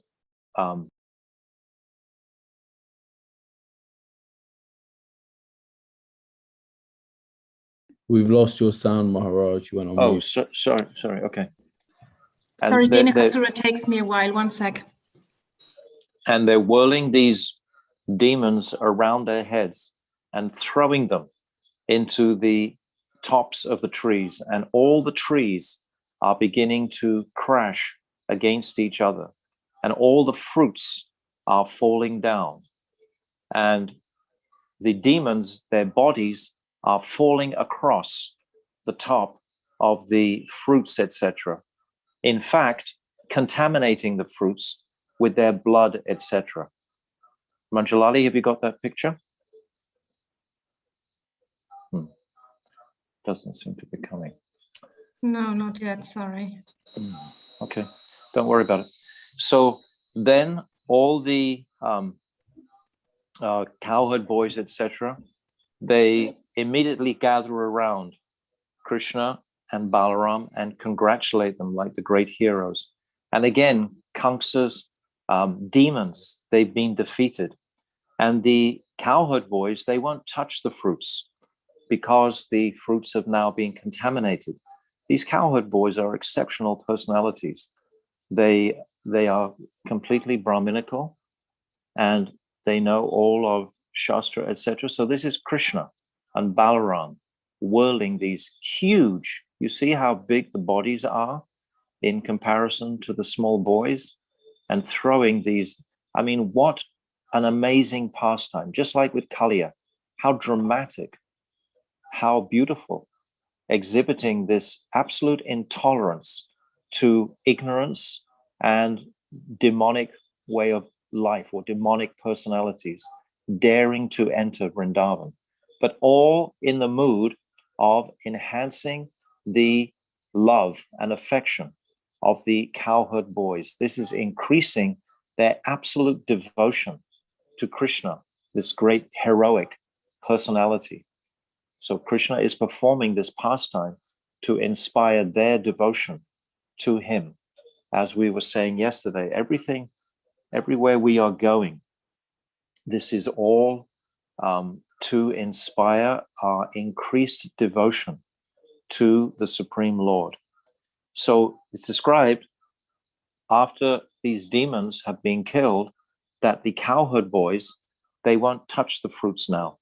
And the Pulindas, the Aboriginal people of the area, they come in and they take the fruits. And then Krishna, very joyfully, he returns back to the village of Vrindavan, of Gokul, rather, and with great festivity, etc. And all the boys proclaiming the glories of the Lord's pastimes. So this is the pastime of Denukasura. And Srila Jiva Goswami, he describes that in the Bhagavatam, Shukadev, he describes this pastime before the Kalyanaga pastime. We see this is chapter 15, and the Kalyanaga pastime is in 17 and 18. But Jiva Goswami comments that this actually is the incorrect order, because Baladev's appearance day is on in August or late July. And it was for Balaram's appearance day that he'd been kept back from going with Krishna that day. But this pastime was performed in Kartik because it's just after the Gopastomy celebration when Krishna's taking the cows out. I described when we were in Madovan that Krishna has just got the green light, so to speak, to bring the cows out, and he comes through Madovan, and then they come to Talavan with all their cows, etc. So this happens. This is the second Gopastomy celebration of Kartik. So Kartik happens after Baladev's Purnima in late July, early August. So then that pastime, Kaliya, must have happened before Denukasura. But we see in the ecstasy of Shukadev's delivering all these pastimes to Parikshit Maharaj that sometimes the order would be rearranged, etc., according to his moods and so on. So now we also understand that Baladev, who has killed this demon, we understand that this demon represents ignorance. So Baladev is Akhanda Guru Mula Tattva. He's the root of all guru. And he is demonstrating how guru has the ability, Sadguru has the ability to purify the ignorance of the conditioned souls. So this ignorance is described in 4 different ways, just for simplicity. we have this very beautiful verse, Maya Mugdasya Jivasya Neonarta Chaturvidu Hridubalyam Chaparado Satrishna Tattva Vibrama. This is describing the 4 anartas that the rishis and sadhus and gurus have so kindly set out for us to appreciate how we can purify these stumbling blocks in our practice of our devotion. We have these various anartas to purify, this stage of anarta nivritti. So the first stage, the first anarta, so to speak, that is described in this verse I've just said, is this Swarup Brahm. This Swarup Brahm, I've just got a list here that you can look and we can just follow very briefly through. We can say, oh, on the list here, it's got Hriday Dubalyam first. So this means weakness of heart, attachment to worthless objects not related to Krishna. Each of us individually have to examine this and assess our purification of these attachments that we may still have lingering in our hearts. And then hypocrisy and deceit, this kutinata, and envy on seeing another's property, and pratishta, seeking one's own glory rather than glorifying the Supreme. So this group of anartas, Hriday Dubalyam, is extremely deep and extremely difficult to actually purify. And only by the help of Guru are we going to be able to fully purify these lower degraded conditions of consciousness. These conditions of consciousness is what we've carried perhaps for millions of lifetimes. And this is all caused ultimately by the root of envy, envy towards Krishna. All these anartas have arisen. So this Hriday Dubalyam, we must contemplate. Whenever we go to this forest of Talvan, generally we hear a description of these anartas to appreciate the glories of Baladev Prabhu as Akhanda Guru Mula Tattva. He is representing that. And then we have the anarta of aparad, this Nam, Seva, and Dham, and other minute entities. So we have these 4 anartas grouped there. And then we have asat trishna, a thirst for material gains, desire for objects of this world, desire for swaga, yogic and mystic powers, and liberation. There's that very beautiful verse, Bhukti Mukti Priha Yavat, Pischachi, Hriday Vartate, Rupa Goswami, he's describing that how can Krishna enter the heart when the desire for material pleasure and liberation, mukti, bhukti and mukti, are still present, rolling about in the jiva's consciousnesses and heart. How can Krishna come in when we're putting importance on the material world around us as our focus and trying to acquire various objects from there? So this has to be purified by the power of the holy name and the nishta to our beloved Gurudev will purify these anartas. And finally, this tattva Brahm, this is Swarup Brahm, that the jiva has forgotten his real identity as a servant of Krishna. And Paratattva Brahm, he's confused about who is the absolute, Shiva, Brahm, or Vishnu. And then Sadhya Sadhana Brahm, what is the Sadhya, Gyan, Karma, or Bhakti? Which should I follow? Which sadhana should I perform? Should I perform also with Aishwarya mood or Madhurya mood? So this all has to be purified by the instructions and teachings of Guru. And then Bhajan, Virod, Vishaya, Brahm, this Mayavad impersonal path. So we understand that we have come from the Brahman originally. So our natural tendency towards impersonal vision or impersonal meditation is still lingering within us because we've just come from that eternal realm of the Brahmajyoti.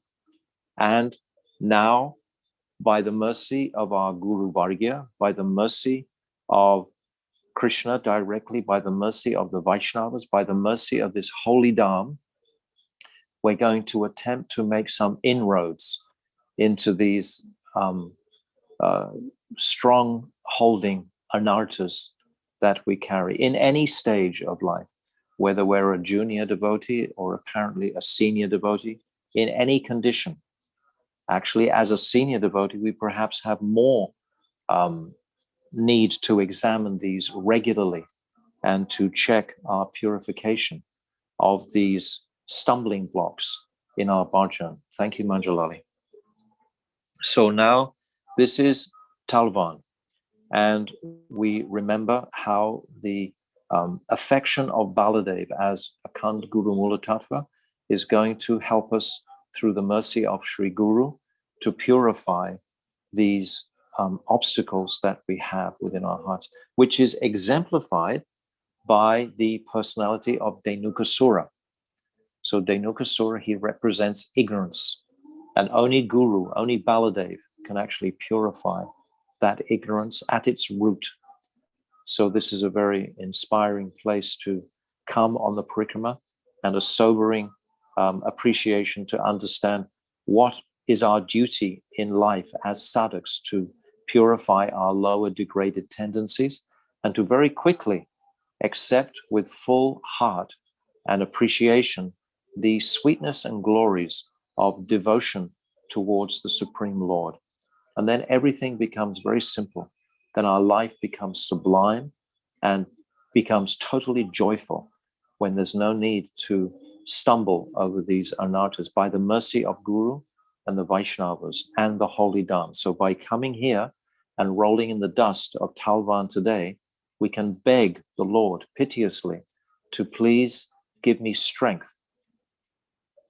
Please, Srila Gurudev, give me strength to overcome these lower tendencies of my conditioned nature and quickly come to the joyful, sweet appreciation of pure devotion to the supreme divine couple of Radha and Krishna. So this is the Forest of Talbot.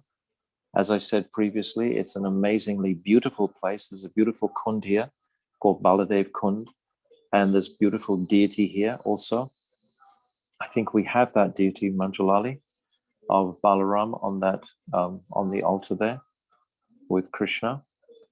Do you have that, Manjalali? Yeah, 1 second. I'm just sharing my screen. You mean this one? Yes.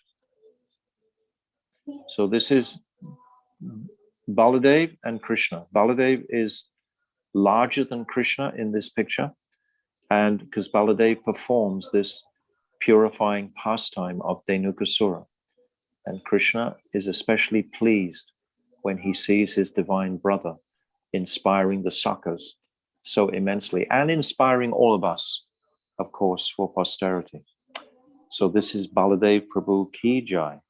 This is Talavan Forest. Thank you, Manjalali.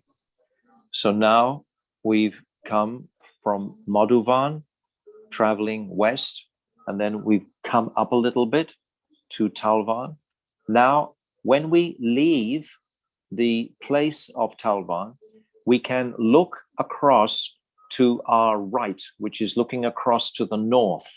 As we're leaving the temple at Talavan, Srila Gurudev would always tell us to offer our obeisances to Kumudvana. Kumudvana is in the distance of about 5 or 7 miles. We can't practically see it. We can just see the tops of the trees and a little bit of a lake with some lotuses there.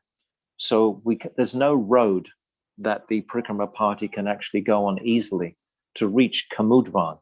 So we don't actually go and walk in the land of that forest, except if you come on a private Parikrama, then you can walk through the dusty side roads, etc., and you can reach that sacred place of Kumudvana. And Kumudvana, again, is just another exceptional, beautiful forest that is described as where Krishna would sport. And particularly, he would meet Sri Radhika in Kumudvana. And also, this is the place where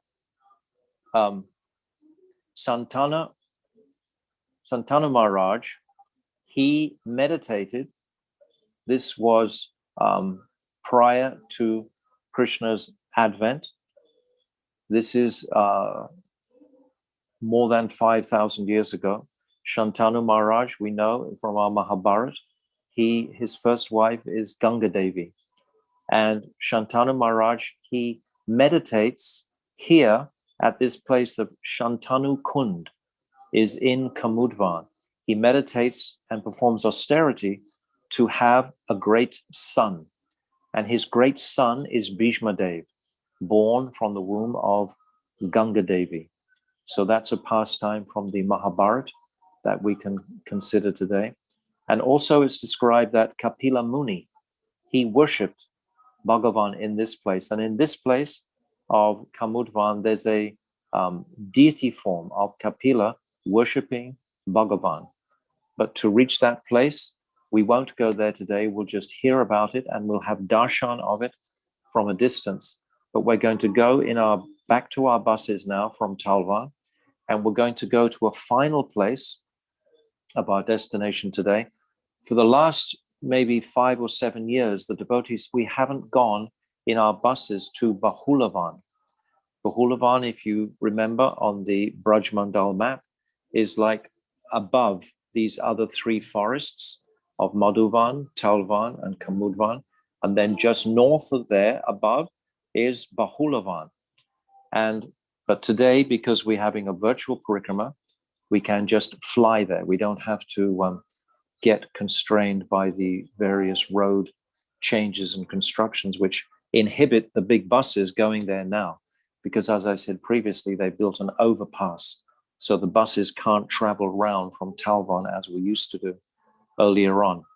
So anyway, we've arrived in the final forest of today, which is Bahulavan. Again, another intoxicatingly beautiful, relishable forest to appreciate, where all the greenery is startlingly green and the Sukansari parrots are chanting, etc., very beautifully here. And in this place, Bahulavan, it's named after Bahula Sakhi. Bahula Sakhi is one of the principal Sakhis of Sri Radhika, and she's Swapaksh. And it's described that in this forest of Bahulavan, it actually extends itself up to Radha-kunda. Radha-kunda, in fact, is in this forest of Bahulavan. This Bahulavan forest is directly between Vrindavan and Radha-kunda. It's exactly halfway. And this forest stretches all the way to Radha-kunda. So we celebrate, for example, the appearance of Radha-kunda. We call it Bahulastami. Bahulastami. It's the appearance of this lake within the forest of Bakul Sakhi. So Bakul Sakhi, this is her forest. So there's a very beautiful pastime that takes place here. And in the little temple at Bahulavan, it's depicted very nicely. There's a picture of a tiger and a cow and its calf and a brahmana. These 4 personalities make up this little pastime that took place here in Bahulavan. And we always hear this particular story when we go there. There was once a cow and it was out grazing, and a ferocious tiger cornered the cow and was about to devour her. But the cow had a newborn calf and petitioned the tiger, "Please, I will return to you most certainly. I am a cow in the mode of goodness. I cannot lie.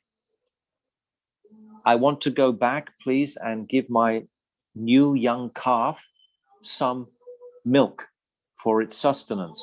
And then I will return in the evening time, and then you may eat me."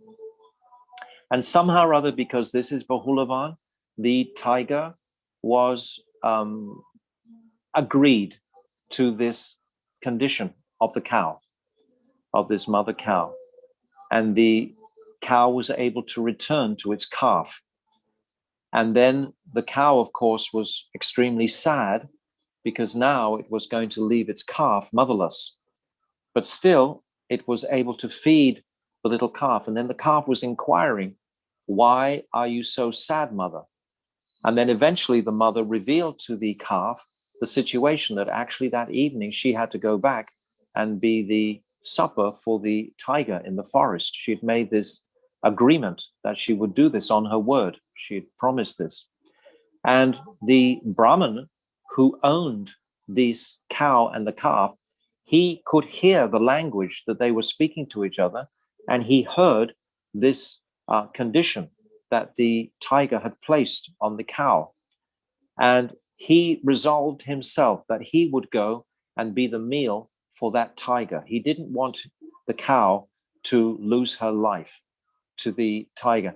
And the little calf, she also resolved that she would go to the forest and she would be the meal for the tiger. And unbeknownst to all three of them, they all three went to that place in the evening. And they all three came, that the Brahmana came, and then a little bit later the cow came, and then the calf came also. So all three were there, ready to be eaten by the tiger. And the tiger was sitting there very impressed by the honesty of the cow, etc. But at that time, it's described, Krishna manifested his form and changed the heart of that tiger. So that tiger, he just went off into the forest and he didn't eat any of the three. So this particular little story is related, and they even have it in painting form there on the altar in Bahulavan. So it's a very sweet pastime, and it shows many good qualities about trust, etc., about honesty, and so on. Dharmic qualities are exhibited by this pastime. So we always hear this pastime in Bahulavan. Also, yes.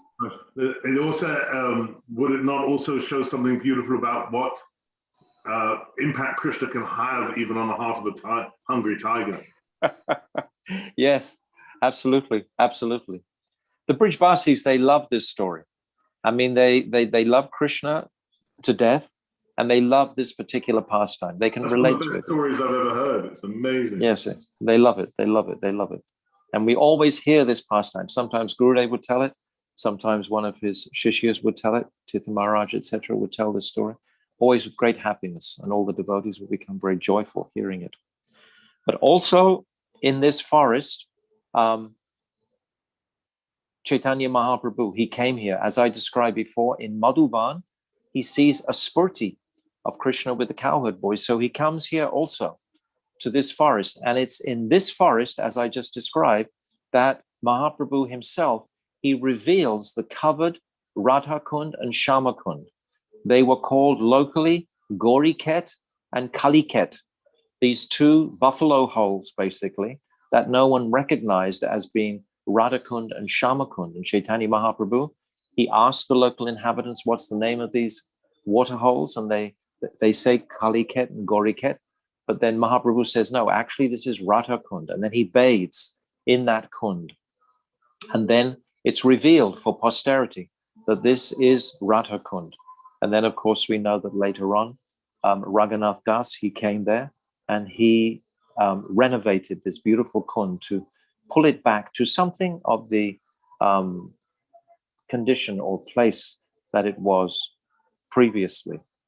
And also it's described that Chaitanya Mahaprabhu, he would listen to Sukansari, the parrots, reciting very, very beautiful conversation in this area. Manjalali, you have that picture of the two parrots, please, you can put on the screen. So there's many, many parrots in Bahulavan. And I'm just going to read to you very briefly this conversation, which is very beautiful. So the Sukha is saying, my Krishna is Madan Mohan, the enchanter of Cupid's mind.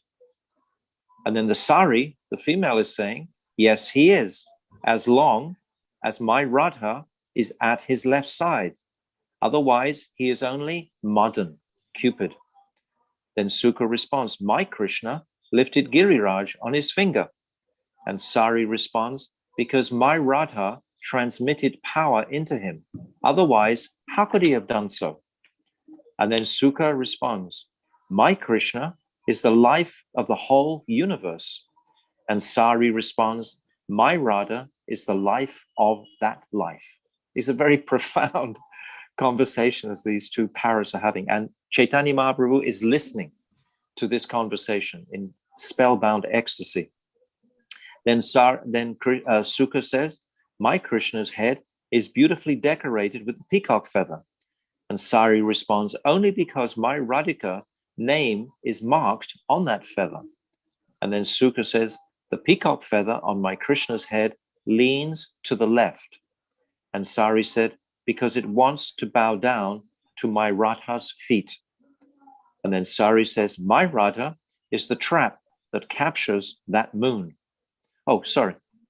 Sukha says, my Krishna is the moon. And Sari responds, my Radha is the trap that captures that moon. And then Sukha says, there is no need to quarrel uselessly. Let us glorify the youthful couple together. And Sari says, I happily agree to this. So Mahaprabhu is listening to this intoxicating conversation between the two parrots. These two beautiful parrots you see on the screen here. And there's so many of these parrots. These parrots originally are all the messengers of Vrindadevi. Vrindadevi, she nurtures and knows every single plant, every blade of grass in the whole Vraja-mandala. She's completely familiar with everything, all the entities growing there. So Sukha and Sari and all these millions of parrots are her messengers. Okay, Manjula, you can take it off now. You need to mute yourself. And then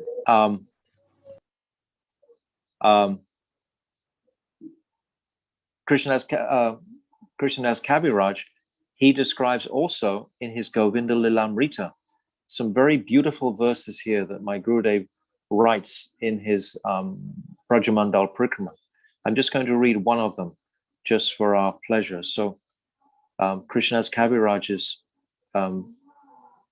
writing, may our Lord Jagmohan, whose unparalleled beauty plunders the wealth of patience of an innumerable multitude of women, whose world-famous glory astounds even Lakshmi Devi, whose strength turns the majestic Govardhan mountain into a child's toy, who has unlimited qualities, whose simple disposition entertains everyone, and whose glory substantiates the welfare of the entire universe, protect the world. So this prayer really sums up today where we have been on our parikrama.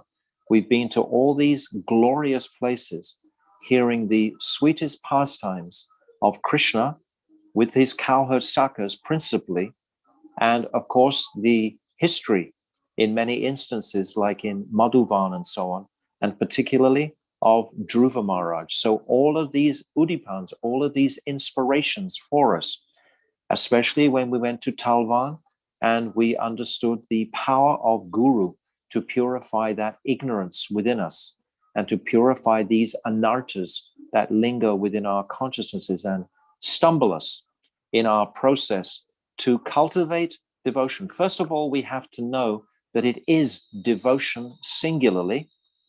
That is my goal. Then I have to clearly clarify, where am I going to put the focus of my devotion? Is it for Krishna or is it for Sri Radhika, etc.? And by the mercy of our Guru Vargya, coming from Srila Rupa Goswami, they have all enumerated absolutely clearly that we, as we said on the very first day, our desire is to be a maidservant of Sri Radhika. This is our focus. So we are always intent on hearing the very sweet pastimes of Radha and Krishna, with the emphasis of Radhika's bringing great joy and pleasure to Krishna. Even when Mahaprabhu was coming through these forests, as he did, he visited all of these 12 forests with that Sanodian Brahmana, that Brahmana we described on the first day, who had had association with Madhavendra Puri, so was very familiar with Bhav, Bhakti, etc. Madhavendra Puri is the Prema Ankur, the initiator of Bhav in this world. And this Sanodia Brahmana, he had been influenced by that. So he was traveling, he was showing, because he was a Mathuravasi, he knew all these forests, and he was guiding Mahaprabhu through. And he was witnessing the extreme ecstasies that Mahaprabhu was experiencing, coming to all these beautiful forests and remembering all the pastimes that we have been describing today, but seeing them, witnessing them fully. So if we come to these places with full prayerful hearts, calling out to Srila Gurudev, calling out to our whole Guru Vargya, particularly Rupa Goswami, Sanatan Goswami, Jiva Goswami, all of these personalities, Bhakti Vinod Thakur, they have channeled such an amount, a current of mercy for the conditioned souls to experience and taste, to clearly illuminate this path of bhakti, this path of divine devotion. So we are praying today to all our Guru Varg with the deepest humility we can find, to please give us vision of these holy places, to inspire our devotion towards serving Radha and Krishna. This is the purpose and intention of our whole Kartik Parikrama, is to increase our bhakti and devotion to the Lord. Srila Gurudev ki jai, Rupanuga Guru Varga ki jai, Kartik Brat ki jai, Madhuvan, Talavan, Kumudvana, Bahulavan ki jai, Gol Premanande, Hari Hari Bol. Hari Bol. Thank Dandavad. Hari Bol. Oh no, I came in too soon. I came in too soon. No. Hari Bol. Thank you. Thank you so much, Maharaj, for another very sweet veil Parikrama. I really appreciated the story of Denukasura. It was really, really sweet. And someone wrote someone posted some commentary from one granta, I can't remember, but I was saying how the fruit and the blood of the demons look very beautiful upon the forest floor. And why is that? It's because anything that the Lord does is auspicious. So even when he's killing the demons, it's beautiful. And it made me think of when Krishna kills, which demon is it? Putana, yes, Putana. And how there's a beautiful fragrance coming from the body of the demon Putana because she's been purified by Krishna. Or something like that. But I know there's a No, correct, absolutely correct. When they burnt the demon's body, the aroma was going everywhere. So it was advertising Krishna's great feat. Everyone was inquiring, where's that aroma coming from? It went for 100 miles around Braj. Wow. Exactly. So, and I also really like the story of the mother cow and the calf. Sweet. Yeah, it was a very sweet story. So thank you so much, Maharaj. So now we have to announce our next programs and finish with Kirtan. So tonight again at 6 p.m. UK time, we will be going to these places again. And the speakers for this evening are Shripad Ashram Maharaj and Srimati Shamarani Didi. So it's a very auspicious opportunity to hear more Kathar on these places. And then tomorrow, I will not be emceeing. I'm not emceeing on Saturdays, but I hope that I'll be able to come along. If not, I'll catch up the recording. We are going to Sevakunj, to Sri Radha Damodar Temple, to Imli Tal, and to Sringavat. Is that everywhere we're going to, Maharaj? Yes, it's a very special day. Just want to say a moment. We actually are going to circumambulate our Gopinath Bhavan. It'll be a very simple, not tedious day. It'll be like a very restful time, but we'll physically be like Imli Tal is right next door. Then we'll just walk a few hundred yards to Sevakunj, and then we'll come around to Radha Damodar, and then we'll come further around to Sringaravat, and we will have completed a very short parikrama of Gopinath Bhavan. That's our journey tomorrow.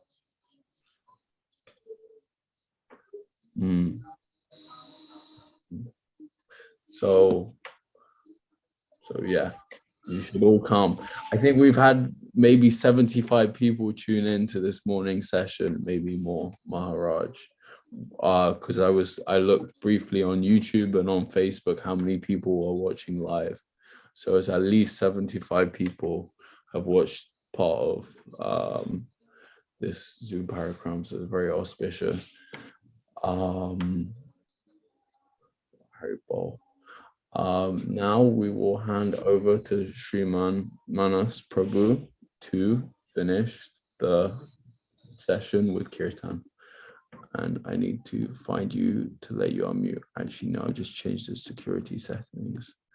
Should be able to work.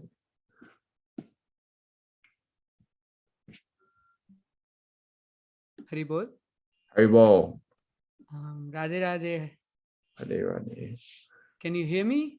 Yes. Okay. So today I'm going to sing this Kirtan, Aisi Kripa Karo Shri Radhe, Dijo Vrindavan Ko Vas.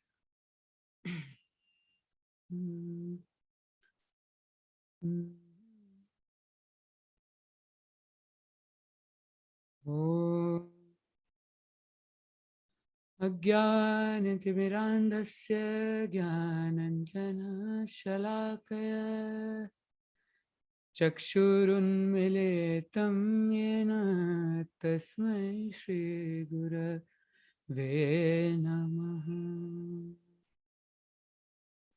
Vanchakalpatarovyaschа Kripa Sindhubhya Cha Patitanam Pavanebhyo Vaishnavebhyo Namo Namaha.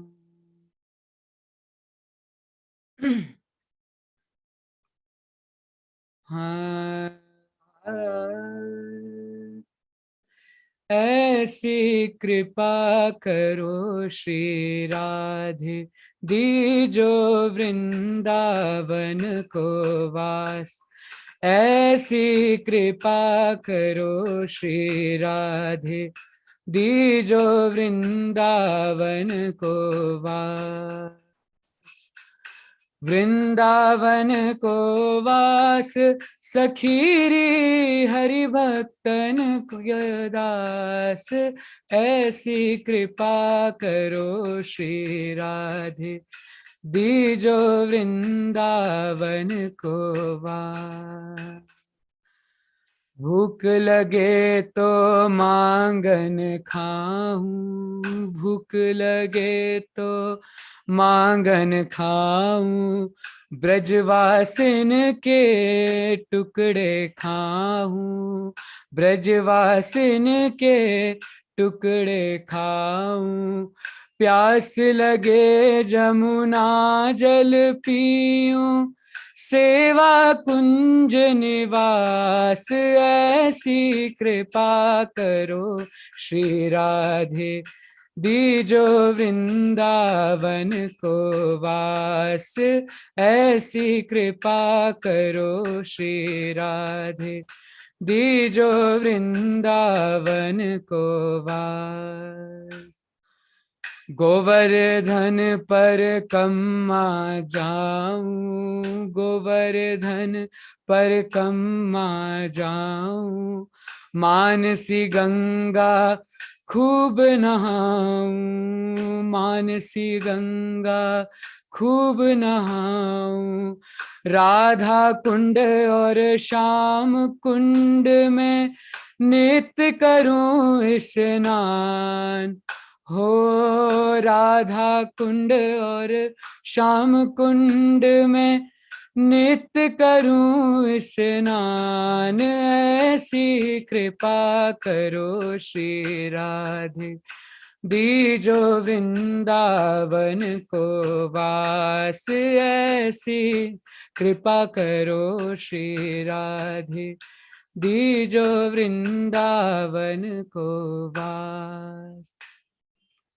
नंद गांव बरसाने जाऊं, नंद गांव बरसाने जाऊं, पीरी पोखर मल मल नहाऊं, पीली पोखर मल मल नहाऊं, मोर कुटी और गोवर वन में देखूं रास निवास,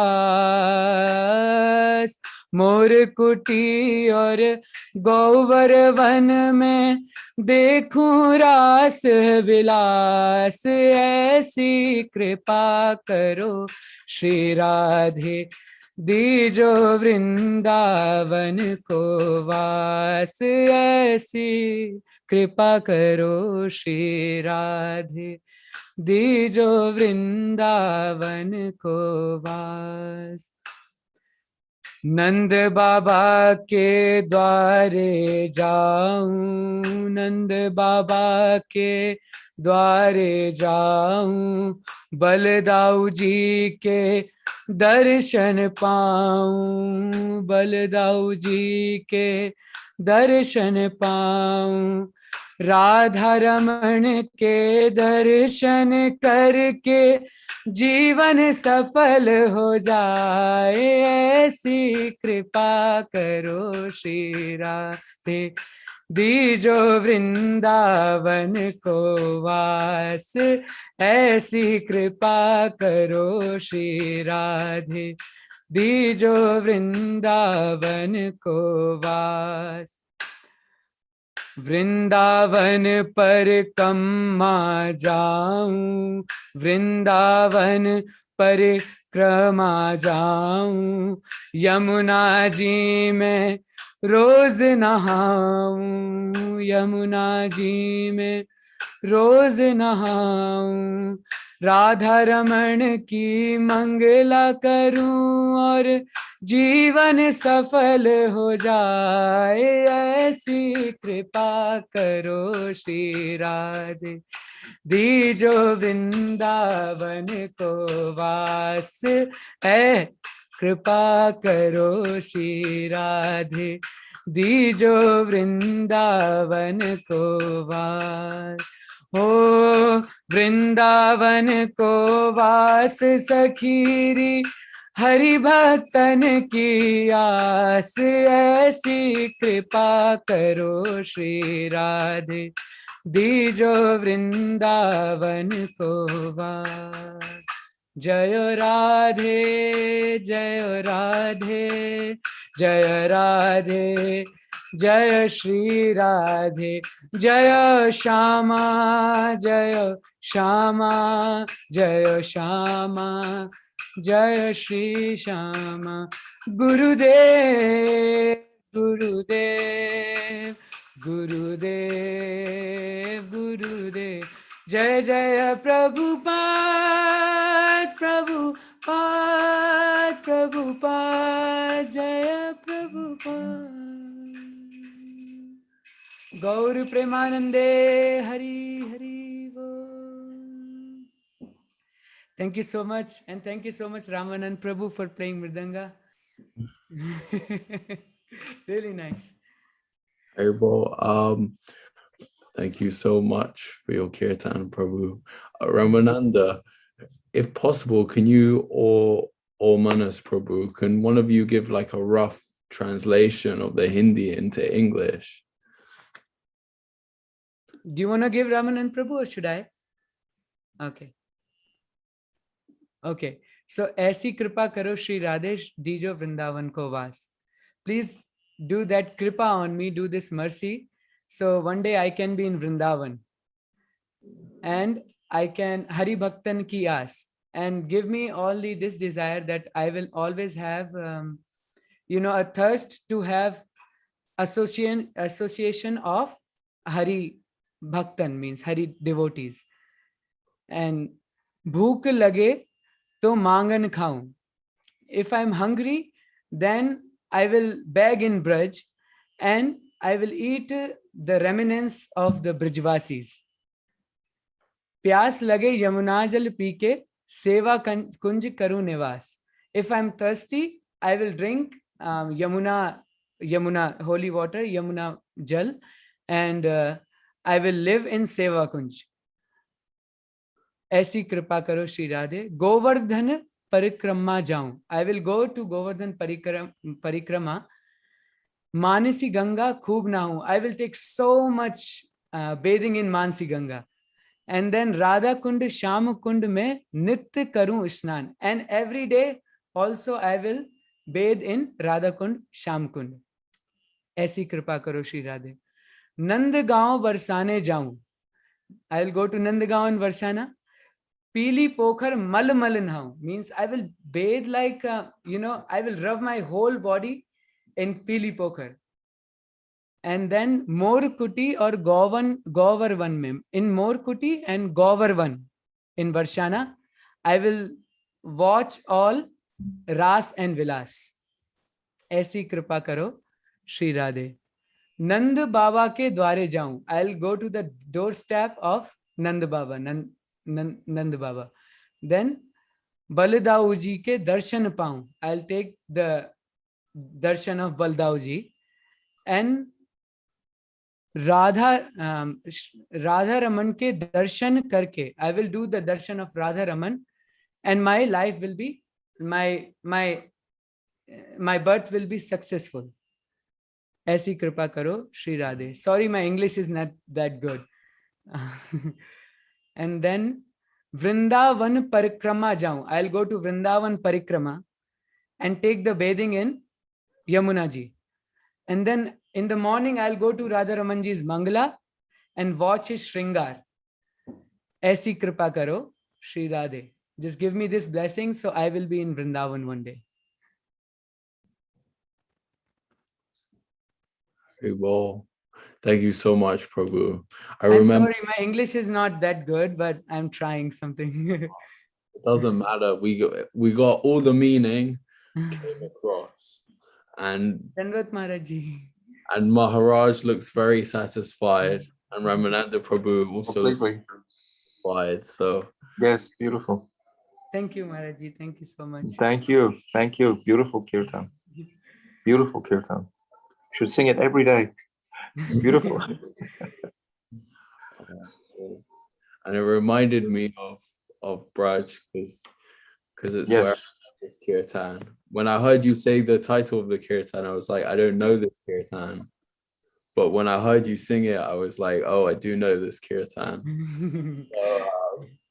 So yeah, thank you so much, Prabhu. Thank you. I really appreciate it personally. And I think everyone else appreciates it. I mean, so many people have stayed on to hear this kirtan. So thank you so much, Prabhu.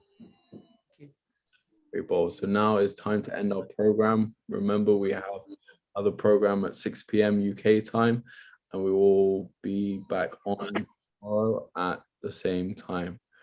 Hari Bol. Vancha kalpa turubhyascha kripa sindhu vaevacha patitanam pavanebhyo vaishnavebhyo namo namaha.